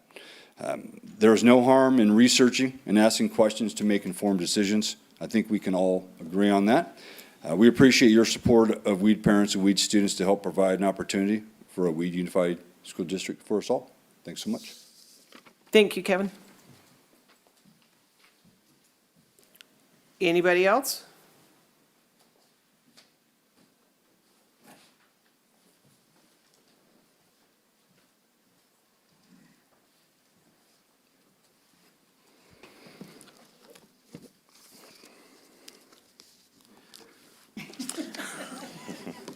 He always says binder. It's your. He's going to use it as a midnight prop. reading material. Is your name and address where you are, sir? Oh, name and address. Mike Matheson, Superintendent, Siskey Union High School District, 17133 Casper Road. That would be Lake Justina? It would be, yes. Honorable Mayor Tavalero, Mayor Pro Tem Green, and members of the Weed City Council. I have to say that the members of the Siskey Union High School District Board of Education have always been incredibly honorable, hardworking individuals who care deeply about all of the students of the Siskey Union High School District. They are elected at large, meaning Weed citizens also vote for the members that represent the other communities. They work to represent all of our students and have done a tremendous job doing that. So I thank you in advance for your careful consideration of this resolution before you tonight.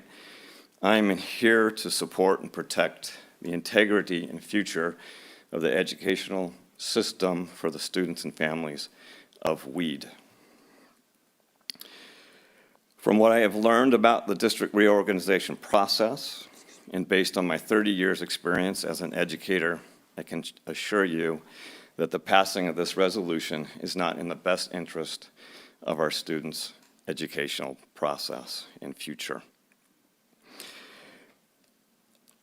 This is the state guide to reorganization.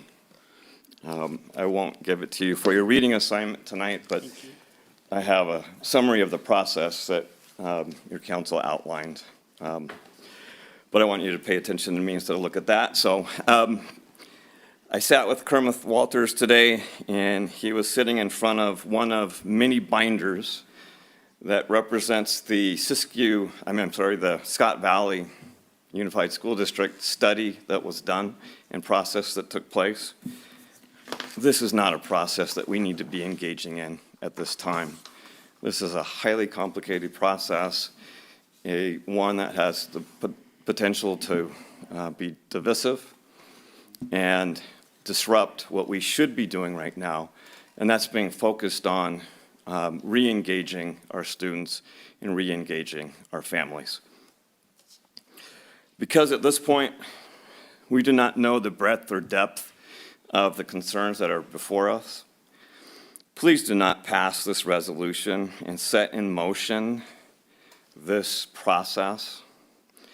Let those that have the concerns do the heavy lifting and seek the petition process that includes the voices of all the individuals that represent the Weed High School and Weed Elementary School attendance area. 50% of our families live outside the city of Weed. So for the sake of the future of our Weed students let those voices be heard as well. Thank you. Does Jeremy do that? No, it's Sandy. Thank you, Mike. Anybody else? Oh, do you want us to have those? Thanks, Mike.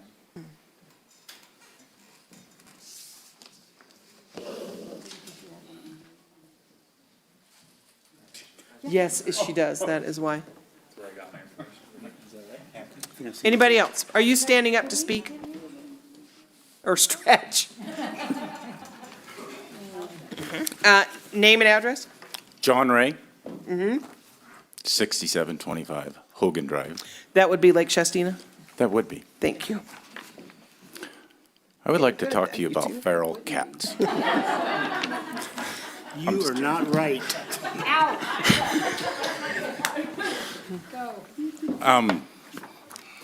To go back to that previous agenda item, I do commend you. I don't want to pick a side of the feral cat, but I commend you on the process that you undertook, the way you listened.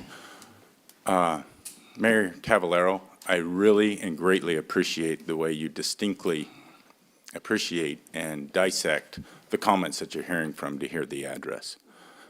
Born and raised here in Weed, I do know tradition. I do know our community. I happen to disagree with Mr. Matheson. I have a ton of respect for Siskey Union High School District being a graduate, ton of respect for previous members and teachers. And it isn't about that, of who's doing something better. What it's about is there a better way to serve the community of Weed and the kids of Weed? Is there a better way to get these kids motivated, get them to accomplish their dreams? And it's not that we aren't doing fantastic work, because I believe both sides are doing some fantastic work. But if there is a better way to do it, boy, I would love to see it. And I don't have the resources to tell you that. By Ed Code, as he pointed out, the Siskiyou County Office of Ed is charged with this. It is on the Siskiyou County Office of Ed under the board. It'll say we're the redistricting committee as well. We receive revenue for this. It is our job to do these studies. They have low thresholds of 10% of the population or a resolution because we have legislative action backing that. We have to continue looking how we're serving kids. Is there a better model? We don't have the resources. County offices do. I say let's do the study. Let's look at the facts. And then let's start developing a process to see which way we want to go. But we need somebody to give us those facts, and it shouldn't be one of us. It should be a committee that is quest to do this. So thank you. Thank you. Anybody else?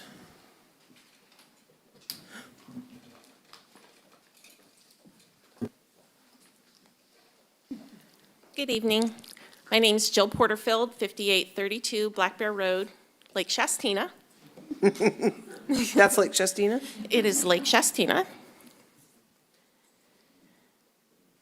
And I just want to voice my support for doing this study. I'm confused why we wouldn't support doing that, looking at all the alternatives.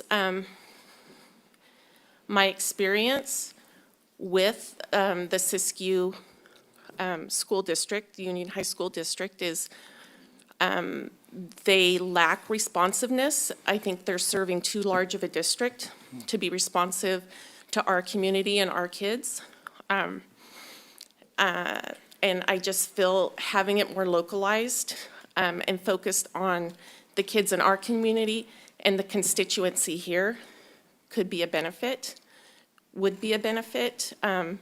We're a very different constituency than what you have in Mount Shasta. And I'm proud of that. I think that's a good thing. So I would just encourage you to please vote in support of this study. Thank you. Thank you. Anybody else? Okay. Council member? Do you have a comment? Of course I do. Okay. In meeting with wasn't costing anything. In meeting with the leaders of the organizations, I asked one question. What's the benefit for the students I'm worried about the teachers, yes, but what will the students get? And I heard interesting answers, and answers that supported both sides for student achievement. I appreciate Maria, I appreciate you saying that, and the female lady just spoke. That's the ultimate bottom line. What is going to be best for our students, youth, all the way from K through 12? And that's my focus. And I'm sorry that other avenues cannot be presented to get together before it be presented to whoever. But that's ultimately my drive, and that's my tossing in the last few months on this discussion on where's it going to happen, how's it going to happen, what are our kids going to get. I always been just Kim and I, we've been here since kindergarten, and we've been, well, before that.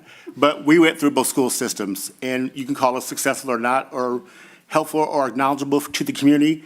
I think that's the bottom line, and I appreciate everyone's, both sides, that support that effort. When I don't hear that effort that talks about the educational quality of our students, then I get concerned, and that's where I'm at.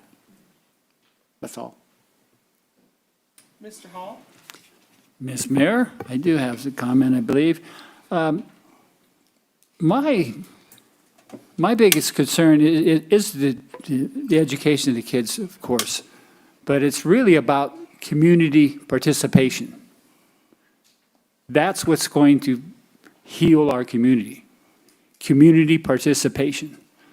I've been to school board meetings, and quite often I heard, we can't do anything about it, that's the county. We can't even talk to you about it. It's a done deal. And me being who I am, I can continue going, but the average person says, well, God, I'm not going to waste my time going up there. I'm not going to be involved. And my point is that the school system in Weed is our responsibility. It's not the teacher's responsibility or the administrator's responsibility. It's the community's responsibility. And I've told this story before, and I'll tell it again. I was over in Fall River, basketball tournament. And in between the games, I'm standing there talking to the administrator over there. And I asked her, I said, well, how do you do this? What do you mean, Bob? I said, your programs are so solid. Your kids look, they're so uniform and so, in shape. And I see your academics out here in the foray. You're off the chart. How do you do that? She said, well, Bob, they'd get rid of me if I didn't. And I thought, the community I live in expect this. They don't demand it. They don't know that they can. They don't understand the process. They don't understand that it's their school. So when it comes to this, I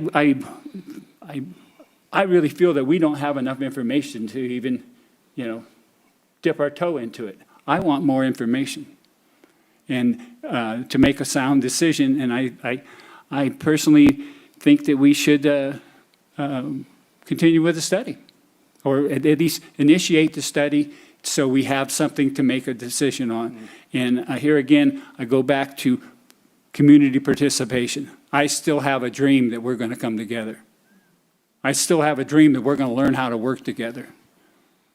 I still have a dream, I really do, that we have what it takes in the 21st century to be what we are. I see our community as Diversity USA. I see us using cannabis as what we can of it, but I see hemp coming in. I see a dream. I see jobs. And that's what I think about. But it's going to take a community to do that. It's not just an administrator here or there that's going to save us. It's not one person going to save us. It's going to be something collective. So I'm in favor of the continuing with I'm in favor of the resolution. Ken, do you have anything to say? Sorry, Jeremy. Yeah, I probably not really far off from my original outlook on this proposal. I think the council here does probably agree that a study is necessary. I don't see any dispute here. My dispute is how do we get there? First I hear it doesn't belong in the city's purview. Then I hear, but we want to utilize your governmental tool to get there. It comes to me as, are we doing it as an approved study for free without any legwork? I believe the petition process is that legwork. We have a small vocal group. I don't know how big that group is.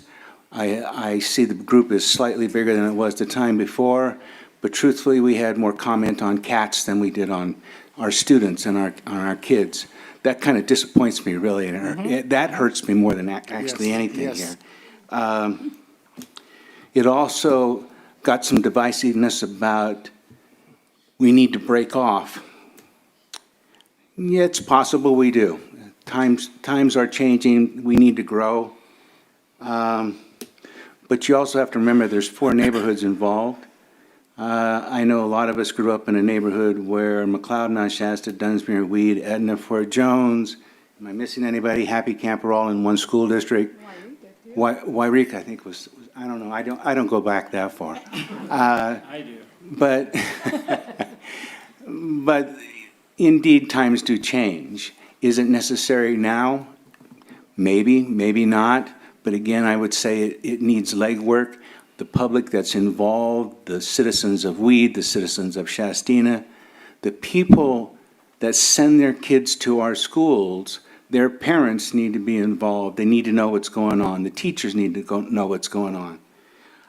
I think by short-circuiting this process, by having the council say, just throw it up to the county, that's just not good for me. I mean, it might be good for some folks, I don't know, but is it the best process even for the time? We're coming out of a pandemic, hopefully, but we can't even agree whether to wear a mask, not wear a mask. Come on now. I can go on a number of things, but I'll stay out of the politic of that.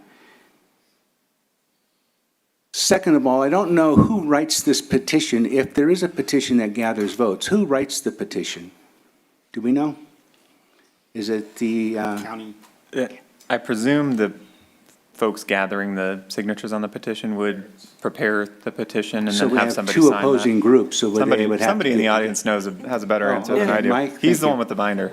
I know it has to meet the standard petition for ballot criteria, so it's got the font size, it's got to have an appropriate description, so that people know what they're signing. Okay. Truly gather. But does the county write the petition, or does the two groups get together to write the petition? The people who want the petition to take place. Write it? Okay. So, Okay. Right. so Councilmember Palfini, it's similar to a ballot initiative, where the initiative proponent would write Write the the petition and then circulate it for signatures, and then I presume it would go straight to the county to verify the adequacy of the signatures. I don't know that the city would be involved at that stage. Okay. Also was mentioned that resources are not shared properly, or maybe not efficiently, I should say. But there are resources, I believe, that are shared between all the high schools. I don't know about elementary schools, but I know there's high schools do share resources. So not to keep this going on forever, my thing is do we make a decision for expediency from this council's position, or gather information and base our decision on community support? And I see the petition process as the community support piece. Voila. Ms. Mayor? Thank you. Yes, I have another comment? sure. Yeah, Mr. Palfini, I totally agree with most of what you're saying, but my concern is, when we do the petition, now, if the petition's going to be drawn up right now, we need a percentage of the number of signatures on that petition would have to incorporate McLeod? No, Just, No. just Weed? Yes. just the So the Weed, Registered voters within the school district, within the Weed High School District, high school district. which goes out to Gallup. It goes to Truck Village. It According to. goes however far that way till there aren't any more people. And then it goes to Old Stage. And according to the county election clerk, Laura, she said, I believe there's about 2,300 registered voters within that area. So the 10% would be about 230 needed. And how many kids we have in the system? 400, 500? 338 at Weed Elementary. 300, okay. How many are at Butteville? Buville part? Beaver's not a part of it. Yes, Butteville is a part of it. Hang on. 200 at Weed, so we're at 5 something. How many at Butteville? 200? 235, I'm guessing. How much? Maybe 235 around in there. Okay. So we're talking 700 kids. And the reason it does include Butteville, because the petition can go within the Weed division of the Siskey Union High School District. And I was Your told, bill is in. and I was told that 50% of the students' parents are outside of the Weed city limits. Is that correct? Not the district. Well, they They're all in live the- within the they're in the Weed school High School District. Some of them are at Butteville, some of them are at Weed Elementary. Whatever the numbers, my piece is all parents should be able to have a voice, students of both institutions. However, that's magnified, and I don't hear that process. That's what you're talking about. Maybe that's the process. But I believe that parents and teachers of both organizations need to be the ones that are their input. I know where those numbers come from, so. I tend to, I think what's going to happen, prediction, is nothing's going to happen if we don't initiate this. I don't think, Then they must not really want it. well, that's possible, you know, but I'm just saying that, you know, that's probably what's going to happen, is that nothing's going to happen, and that's what's been happening. That's a good reality point. I think that's real. I believe that's real.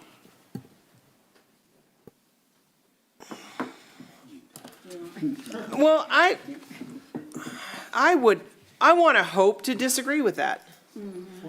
I want to hope that there's a group out there, can hope, that there is a group out there that wants to see this happen and they can get the 230 signatures. You don't think they could? I don't see it happening, no. I Okay. think they could, but, you know, I don't see anybody, I don't see the numbers. Coming to us, or? I think if you address it properly, a petition is always doable. It does, to me, it signifies people willing to go a little bit extra to get something started. I think it's important for our community to do it that way because we don't seem to gel all that well. But if we can maybe take an issue, maybe it'll help us. I see it as, I see apathy as being our existing big time in our community, apathy. And that's what, by bringing this to the forefront, bringing it up to, so we can discuss it, I think it's healthy. I think they can get it because I'm going to put on my rose-colored glasses. Okay. Kim, would you like to say anything? Go ahead. So these two will stop? Well, do I want to see the results of the study? Yes. But do I want to be in that as a council person or as a community member? And I think as a community member.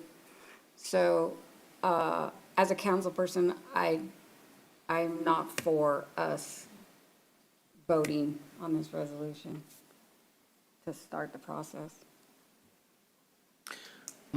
Interesting. Thank you for that, council member, community member, 3 years old, 58 years old. Yeah, we know. 9. Wow. I wish, and I've been losing, Rose-colored glasses on too. I wishing and hoping, somebody wrote a song about that, but, I wanted to see as many people here, parents, because all of you guys are my friends. And as far as anybody that I know of right now that has a kid in Weed Elementary School or Weed High School, there's 2, 3. And I wanted you to be as passionate, I wanted those people that were as passionate about the feral cats to be passionate about this. And there was a part of me that felt sorry for you guys that you were here listening to that, but then, on the other hand, are there passionate parents out there? Can those passionate parents, if there's 50 of them, can they get a petition?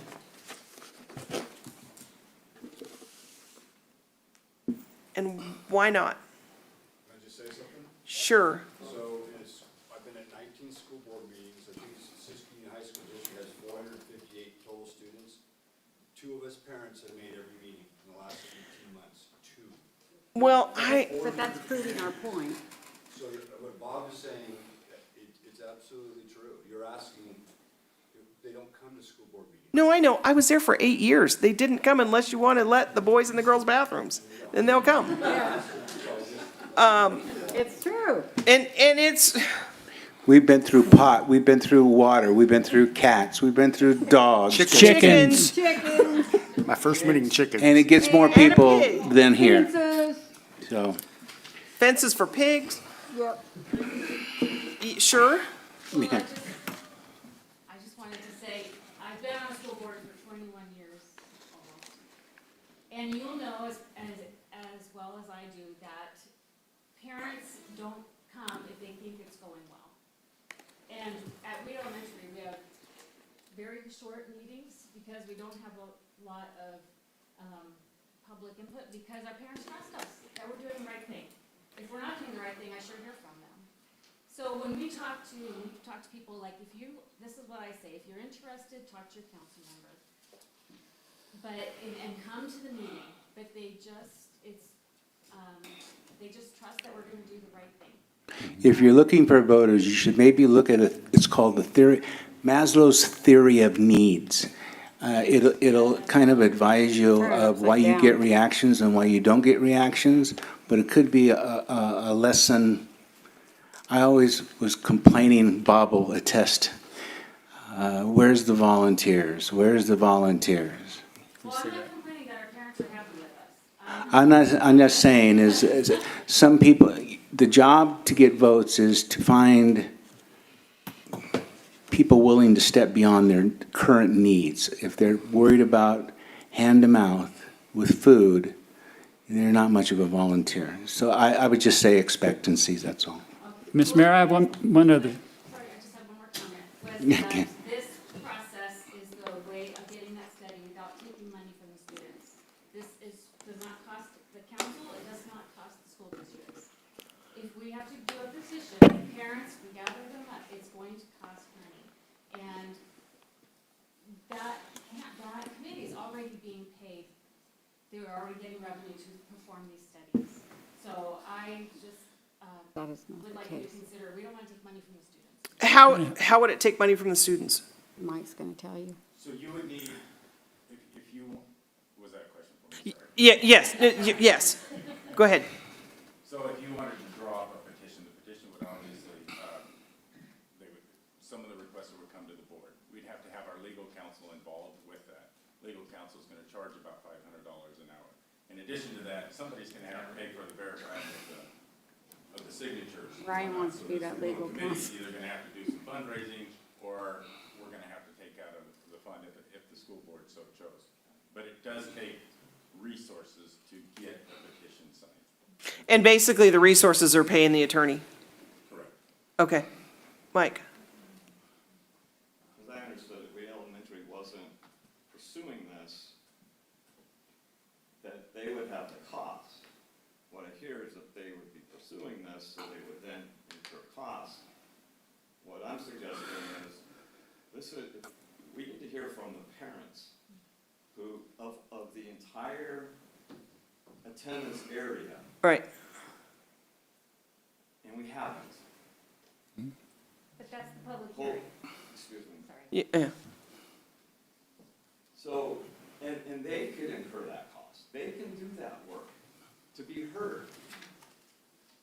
So and to say that this isn't gonna cost anybody any money, the county's gonna incur this cost, and I talked to Kermit, they do not get extra money for this. This is in their purview to as strapped for resources and time and staffing as we all are. So to say that we're going to engage in this multi-year study and come up with a multi-100-page document, and no one's going to take resources away from our students, the county provides support for all of us, and we need that support. You know, we've got a brand new CBO. We've got a lot of changes taking place there as well. So it's going to be a process that will take resources away. And at a time when we need to be focusing our resources directed right at our students, this is not what we need to be doing at this time. Ms. Mayor, one more comment, then I'm finished. I think, you know, I hope everybody understands that I am concerned about my community. Weed are the people we're responsible for. And when we take an inventory of weed, we find that, they say we have 1,500 jobs in weed. We've got 1,500 jobs. I'm going out on the limb without knowing, but just what I feel. I'm going to say that 60% of the livable wage jobs are held by people that don't live in weed. I'm being conservative. Probably so. Okay, so I want us to take a look at the inventory of the people that we have. We have a lot of people that don't know how to do much of anything. We have the lowest rent in the county. These are good people. They're good people, but they don't have the information they need. And I don't think that they're going to get the information. Maybe if it works out like we're hoping that it works out, maybe it'll come to fruition. But if it doesn't, it's not going to come to fruition. There's not going to be any changes. We're going to keep going the same way we are. And we're going to have people making decisions that really don't even live here, or that we're not responsible for, that aren't in our district. And I really think it's important that we understand that our community needs help. Somebody needs to stand up and lead here. Sounds like I'm it's time to finished. vote. Well, and sorry, Jeremy. When I sat on the board for 8 years, I agree with Mike when he said, and I know two of those people I sat on the board with, I was concerned about the kids in Happy Camp, and I was concerned about the kids in McLeod, and I was concerned about the kids in Mount Shasta, and maybe slightly more concerned about the kids in Weed, but that was my job to be. But I was concerned about all the kids. So I agree with that. I don't think there's anybody on that board that is not supporting every single student in the Siskey Union High School district, being McLeod, Happy Camp, Weed, Mount Shasta.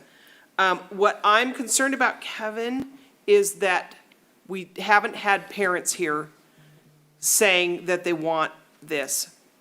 We've had schools here, we've had board members, but we haven't had the parents. And if I would just had the parents here to say, yes, please do this, so we don't have to do that, we've had 3 or 4 parents, which I want that study. I would love to see that study. She doesn't want to read all 300 pages. No. But I want it to come from the parents. I want it to be a grassroots, and I get that there's, 10% of the people do 90% of the work. And I get that, but we got to find those 10% of those parents, because if they really want it, they're out there. And I know that you know them, but to get it moving. Mr. Mayor, I'd like if to, you really want it. I'll challenge that on to a point. I can speak to my parents. They came to no board meeting for either side because they trusted the staff in place. So the question I propose is that trust still here with the parents because of the non-lack of communication? I can't answer that. I can't answer. I'm not a parent. I'm an uncle, but I'm not a parent. So that's still my question. I agree with that. I want to hear what the parents say and what the parents and grandparents say about their children. What's the quality that has been happening? Is that still happening? I can speak for myself, people I know, but I can't speak for others. And you're right. All I've heard is the leadership and the board members. Where are the parents at? Dang it. My mom said, if I have to go to one meeting, your butt is mine. She never had to because she trusted what was being delivered. I don't know if that same premise is now. I just don't know Well, that. and this doesn't require parents going to meetings. It would. Well, communication. It would require parents' feet hitting the ground Do we and have that? helping with the petition. Do we have that? Here, what number would you want physically present here that would make a difference? We've got 3 here that want this to happen. A high percentage of the quality of the student population. I don't know what that number is. Is 3 or 2 enough? I don't know. I'm not a mathematician. If you do the study and then the vote, isn't that what tells you who wants what outcome? But that's the question of who initiates the protocol to make this happen. That's the question Yeah. to us right now, right? Yeah. So we're not saying that the study can't happen. The study's gonna happen. It's either gonna be How does it one of start? these 3 ways that are 2 ways. 2 ways? I thought you had 3 in there. There was, Oh. but we're not 250,000 yet. Oh, okay. So, Do we just vote? So the same thing happened to us with our ballot measure last year, and we lost by 7 votes. So the committee that wanted that have rallied, and we have documentation, and we will go get our petitions filed, and we will be going door to door and getting our signatures. I also think the fact it does open up, hopefully, more discussion. What I have not seen here tonight is a whole lot of discussion between. Yeah, discussion's And I hard. get that, whatever. However, we do owe our community those discussions, whether you sit on this council up here or you sit on a school board over there. You owe your community the discussions to see what's best for our town, our kids, wherever that responsibility happens to go. If this gets voted no, can it be brought back? So if Kevin brings in 25 parents next time? Yes. We Yeah. can put it back on our Yes, agenda. you are not precluded from Ever doing this considering again. this next month or at any point in the future. Correct. I was taking that chisel out of the stone.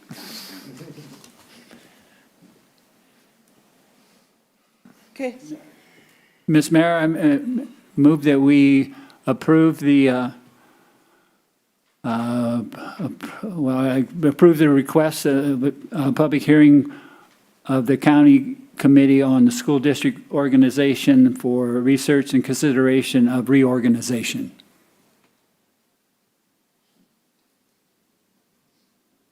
Is anybody going to second it? I'm not. You'll learn. No, I understand. Don't give me that. No, I'm not. So We're it, hoping. Okay. it You're holding me, Kevin. dies. Get the parents. Item C. I think it can. I think it can, you guys. I think it can. Well, I kind of feel like if the parents don't come, then we're overstepping. You're right. Mm-hmm. You're right. Okay. So just as I'm just mothering. Just as a side note, her grandfather was Mr. Quinn, was the principal, and that lady right there at Porterfield, I bet you anything at Porterfield, she was an All right. member in Doris, is her uncle. So moving on to item C. Stacy, it's all yours. Kim and I have to leave. Yes, ma'am. They are recusing themselves because they're a member of the board of the Weed Recreation, so Okay, let's just approve it. before us is a resolution, number 2020-21, and let me read it correctly. So do we have a report from our? Yeah, I can give you a real quick report. This is just our annual contract between the City of Weed and the Weed Recreation and Parks District. These funds are quarter penny sales tax that were passed in 2014. We agree to provide services not to exceed $20,000, and additionally, we provide the senior transportation for the 2021-22 fiscal year not to exceed $24,000 to pay for the senior van. So that's all this is. This is our annual contract. And from our budget chair, is there any financial information that we need to know or share? It's our normal contract. Yeah, Okay, it comes, it's dedicated from the quarter penny. Yeah. Okay. Any questions of So the this was staff? just for the bus and, The Program. program services. okay. Okay. Any other questions or information? Is there a motion to be presented? Sorry, make a motion Mayor to- Pro Tem, is there public comment? We asked for, oh, sorry. Any public Any comment? public comment? I saw everybody leave except for 3 people. Yeah, that was a good Any- assumption. That's still, any public comment? Okay, foreseeing there's none, is there a motion that can be presented? I make a motion that we accept renew the contract, the Weed Park and Rec District. I second. It's been properly moved in second. Any opposed? There's none. Then the motion is passed. Thank you. We can get our members. Wow. Thank you, Ms. Grant Writer. You're still here.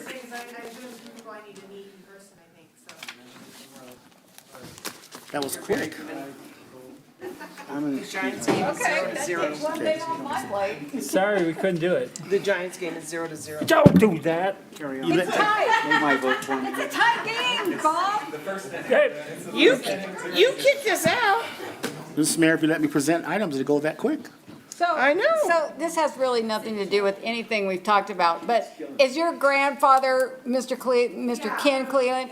So Oh, that her was our principal. grandfather was our high school principal. Yes, yes. And then the lady Porterfield, I bet you anything that Chet, who's a school board member in Doris, is her uncle.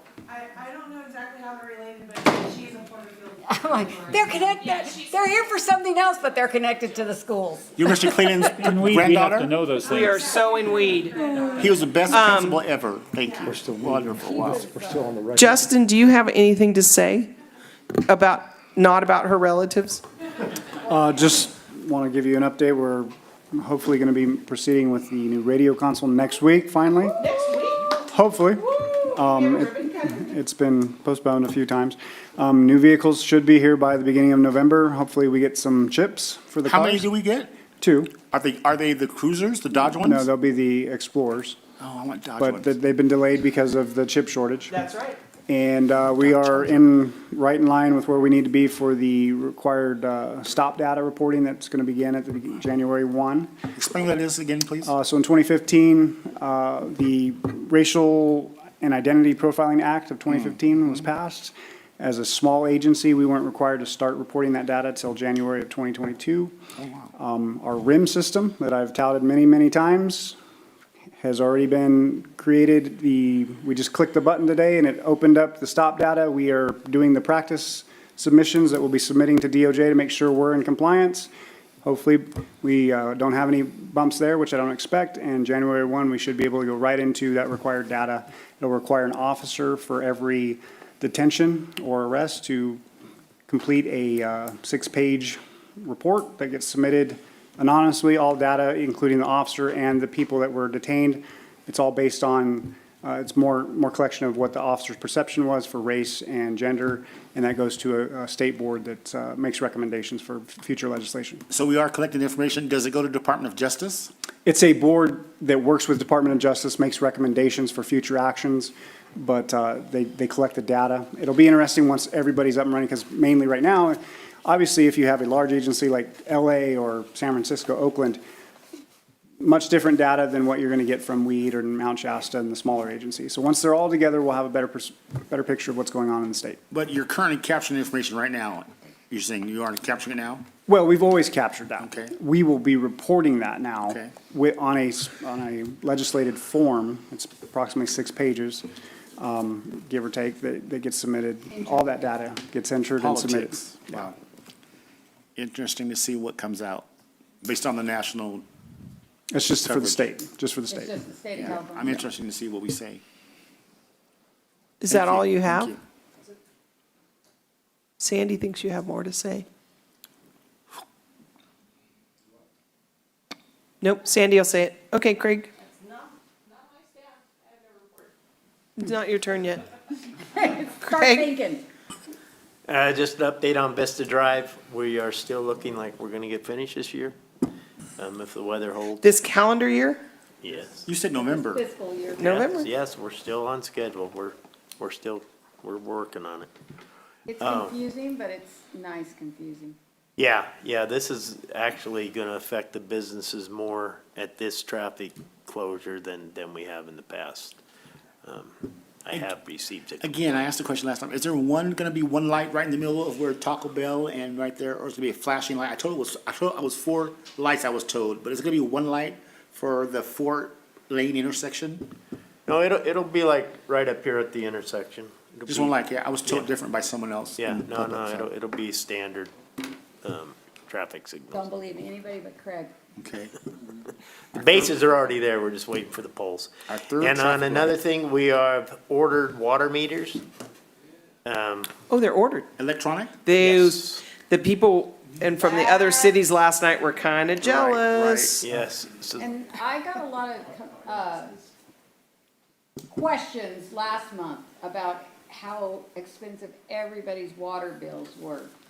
And I said, oh, well, I don't know, mine just is automatic, so I don't know what it was. And I went back and looked and, whew, it was like doubled.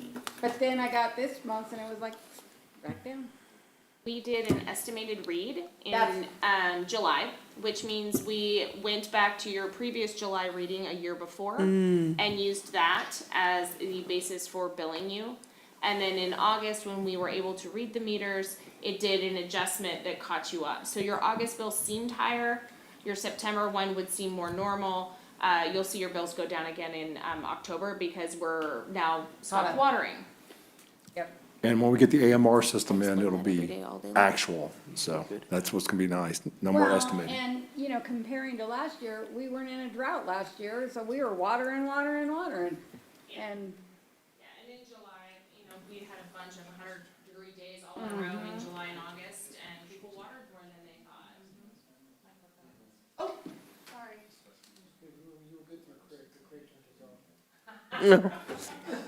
Craig, Justin, do you have something else to say? I do. I think I know what Sandy wanted me to. So, Did yes, so while I was working on the RIPA data today in a webinar, Rotary donated $5,000 to the Canine Drax Fund, which we will use to equip the new Explorer once it arrives, as that's a very expensive process. So we would like to thank Weed Rotary. So, Golf clap. Manchester has chargers. what's that? Manchester has chargers. We have a charger too. They don't work that well in the snow. Yeah. We are getting one? No, we have one already. Oh, yes. We saved that one, but we need something that's gonna go through the snow and be Right. effective in the And, winter. and I don't think the dog's gonna do that well in the backseat of a Charger. I'm worried about the charger, not the dog. I'm worried about the dog. Emily, Craig, were you finished? Yes. Okay, thank you, Emily. Craig stole my thunder. Okay. I was really excited about the meters. Steve? Were you threatened by the rest of the people that if you said anything, you'd be in trouble because it's so late? All right. Ryan? Nothing to add. No, you've talked enough. I've talked enough. Sandy? Yes, I just wanted to say thank you, Justin. That's exactly what I wanted you to hit on. I worked tirelessly, and I was trying to get more funds for him, but unfortunately, there are certain members that shot that down. You can give them to us. Also, when your water bills come in and they are accurate and they are not fluctuating, send a thank you card to Rod Mears, because he worked tirelessly on that grant for the city for us. Oh. So he has been Rod Mears at Great Northern. So he has worked tirelessly on that grant to get that done. So we appreciate all of his hard work. He's working on other grants for us for the stormwater drainage and other things. So I know we appreciate his hard work. Good. Tim, what do you got? And actually, when we get our money collected back on the CDBG loans, that gives us more money to buy our AMRs too, so, which is nice. We've had a couple of those, just kind of get them in. I don't have a whole lot to add tonight, other than I'm glad September's over. That was not a good month for me personally, but I will tell you, I appreciate everybody in this room for their support and well wishes during a not so great time of when my father fell ill and passed away. But anyway, much appreciated among all of you for your understanding and support. And just to let everybody know, we're going to have a memorial for him in November So November the 13th, we'll be flying back to Arkansas and laying them to rest. So get that done. So, but thank all of you. You're welcome. You're welcome. I don't have an agenda anymore. Ms. Mayor, I got a question for Ryan. If and the council, if you're, and I appreciate you, regarding your position regarding the unification. But if the parents if a group of parents get together and they come, are we going to put that on an agenda? Or how would that come? Would they come during the public comment? So they can come during public comment and ask you to put something on the agenda. Whether you do so will ultimately be the council's discretion or the mayor's discretion. So their opportunity to seek that from you would be either coming during public comment or sending in emails, letters, et cetera. But they don't have any direct authority to put something on the agenda. Do we? Can I? Yeah, we can put it back on. Yes, you could put it back on So if there was a there. group of people that got together and I went to Ms. Mayor and asked her to put it on the agenda, that would be the process? Yeah, that's what I was asking him. If we could get 25 people in this room that say, we want this. I got you. And I will add that during the non-agenda public comment, the language in the agenda says that the 3 members of the council must agree to add a matter to a future agenda. So if they come and talk about reunification, whatever words I'm trying to say, that 3 of you could agree to put it on the agenda for a future meeting, or do that through the normal process of adding things to the agenda. Reunification that's. No, actually, it's for the study. It's really, the point is it's for a study. Yeah. Who's adjourning? That's all. I so move. No. Bob. Poor Bob. I second. I second. 3 words. It's been moved and seconded to adjourn. All in favor? Aye. Aye. I so move, remember that. Huh? You so move. Oh, yeah.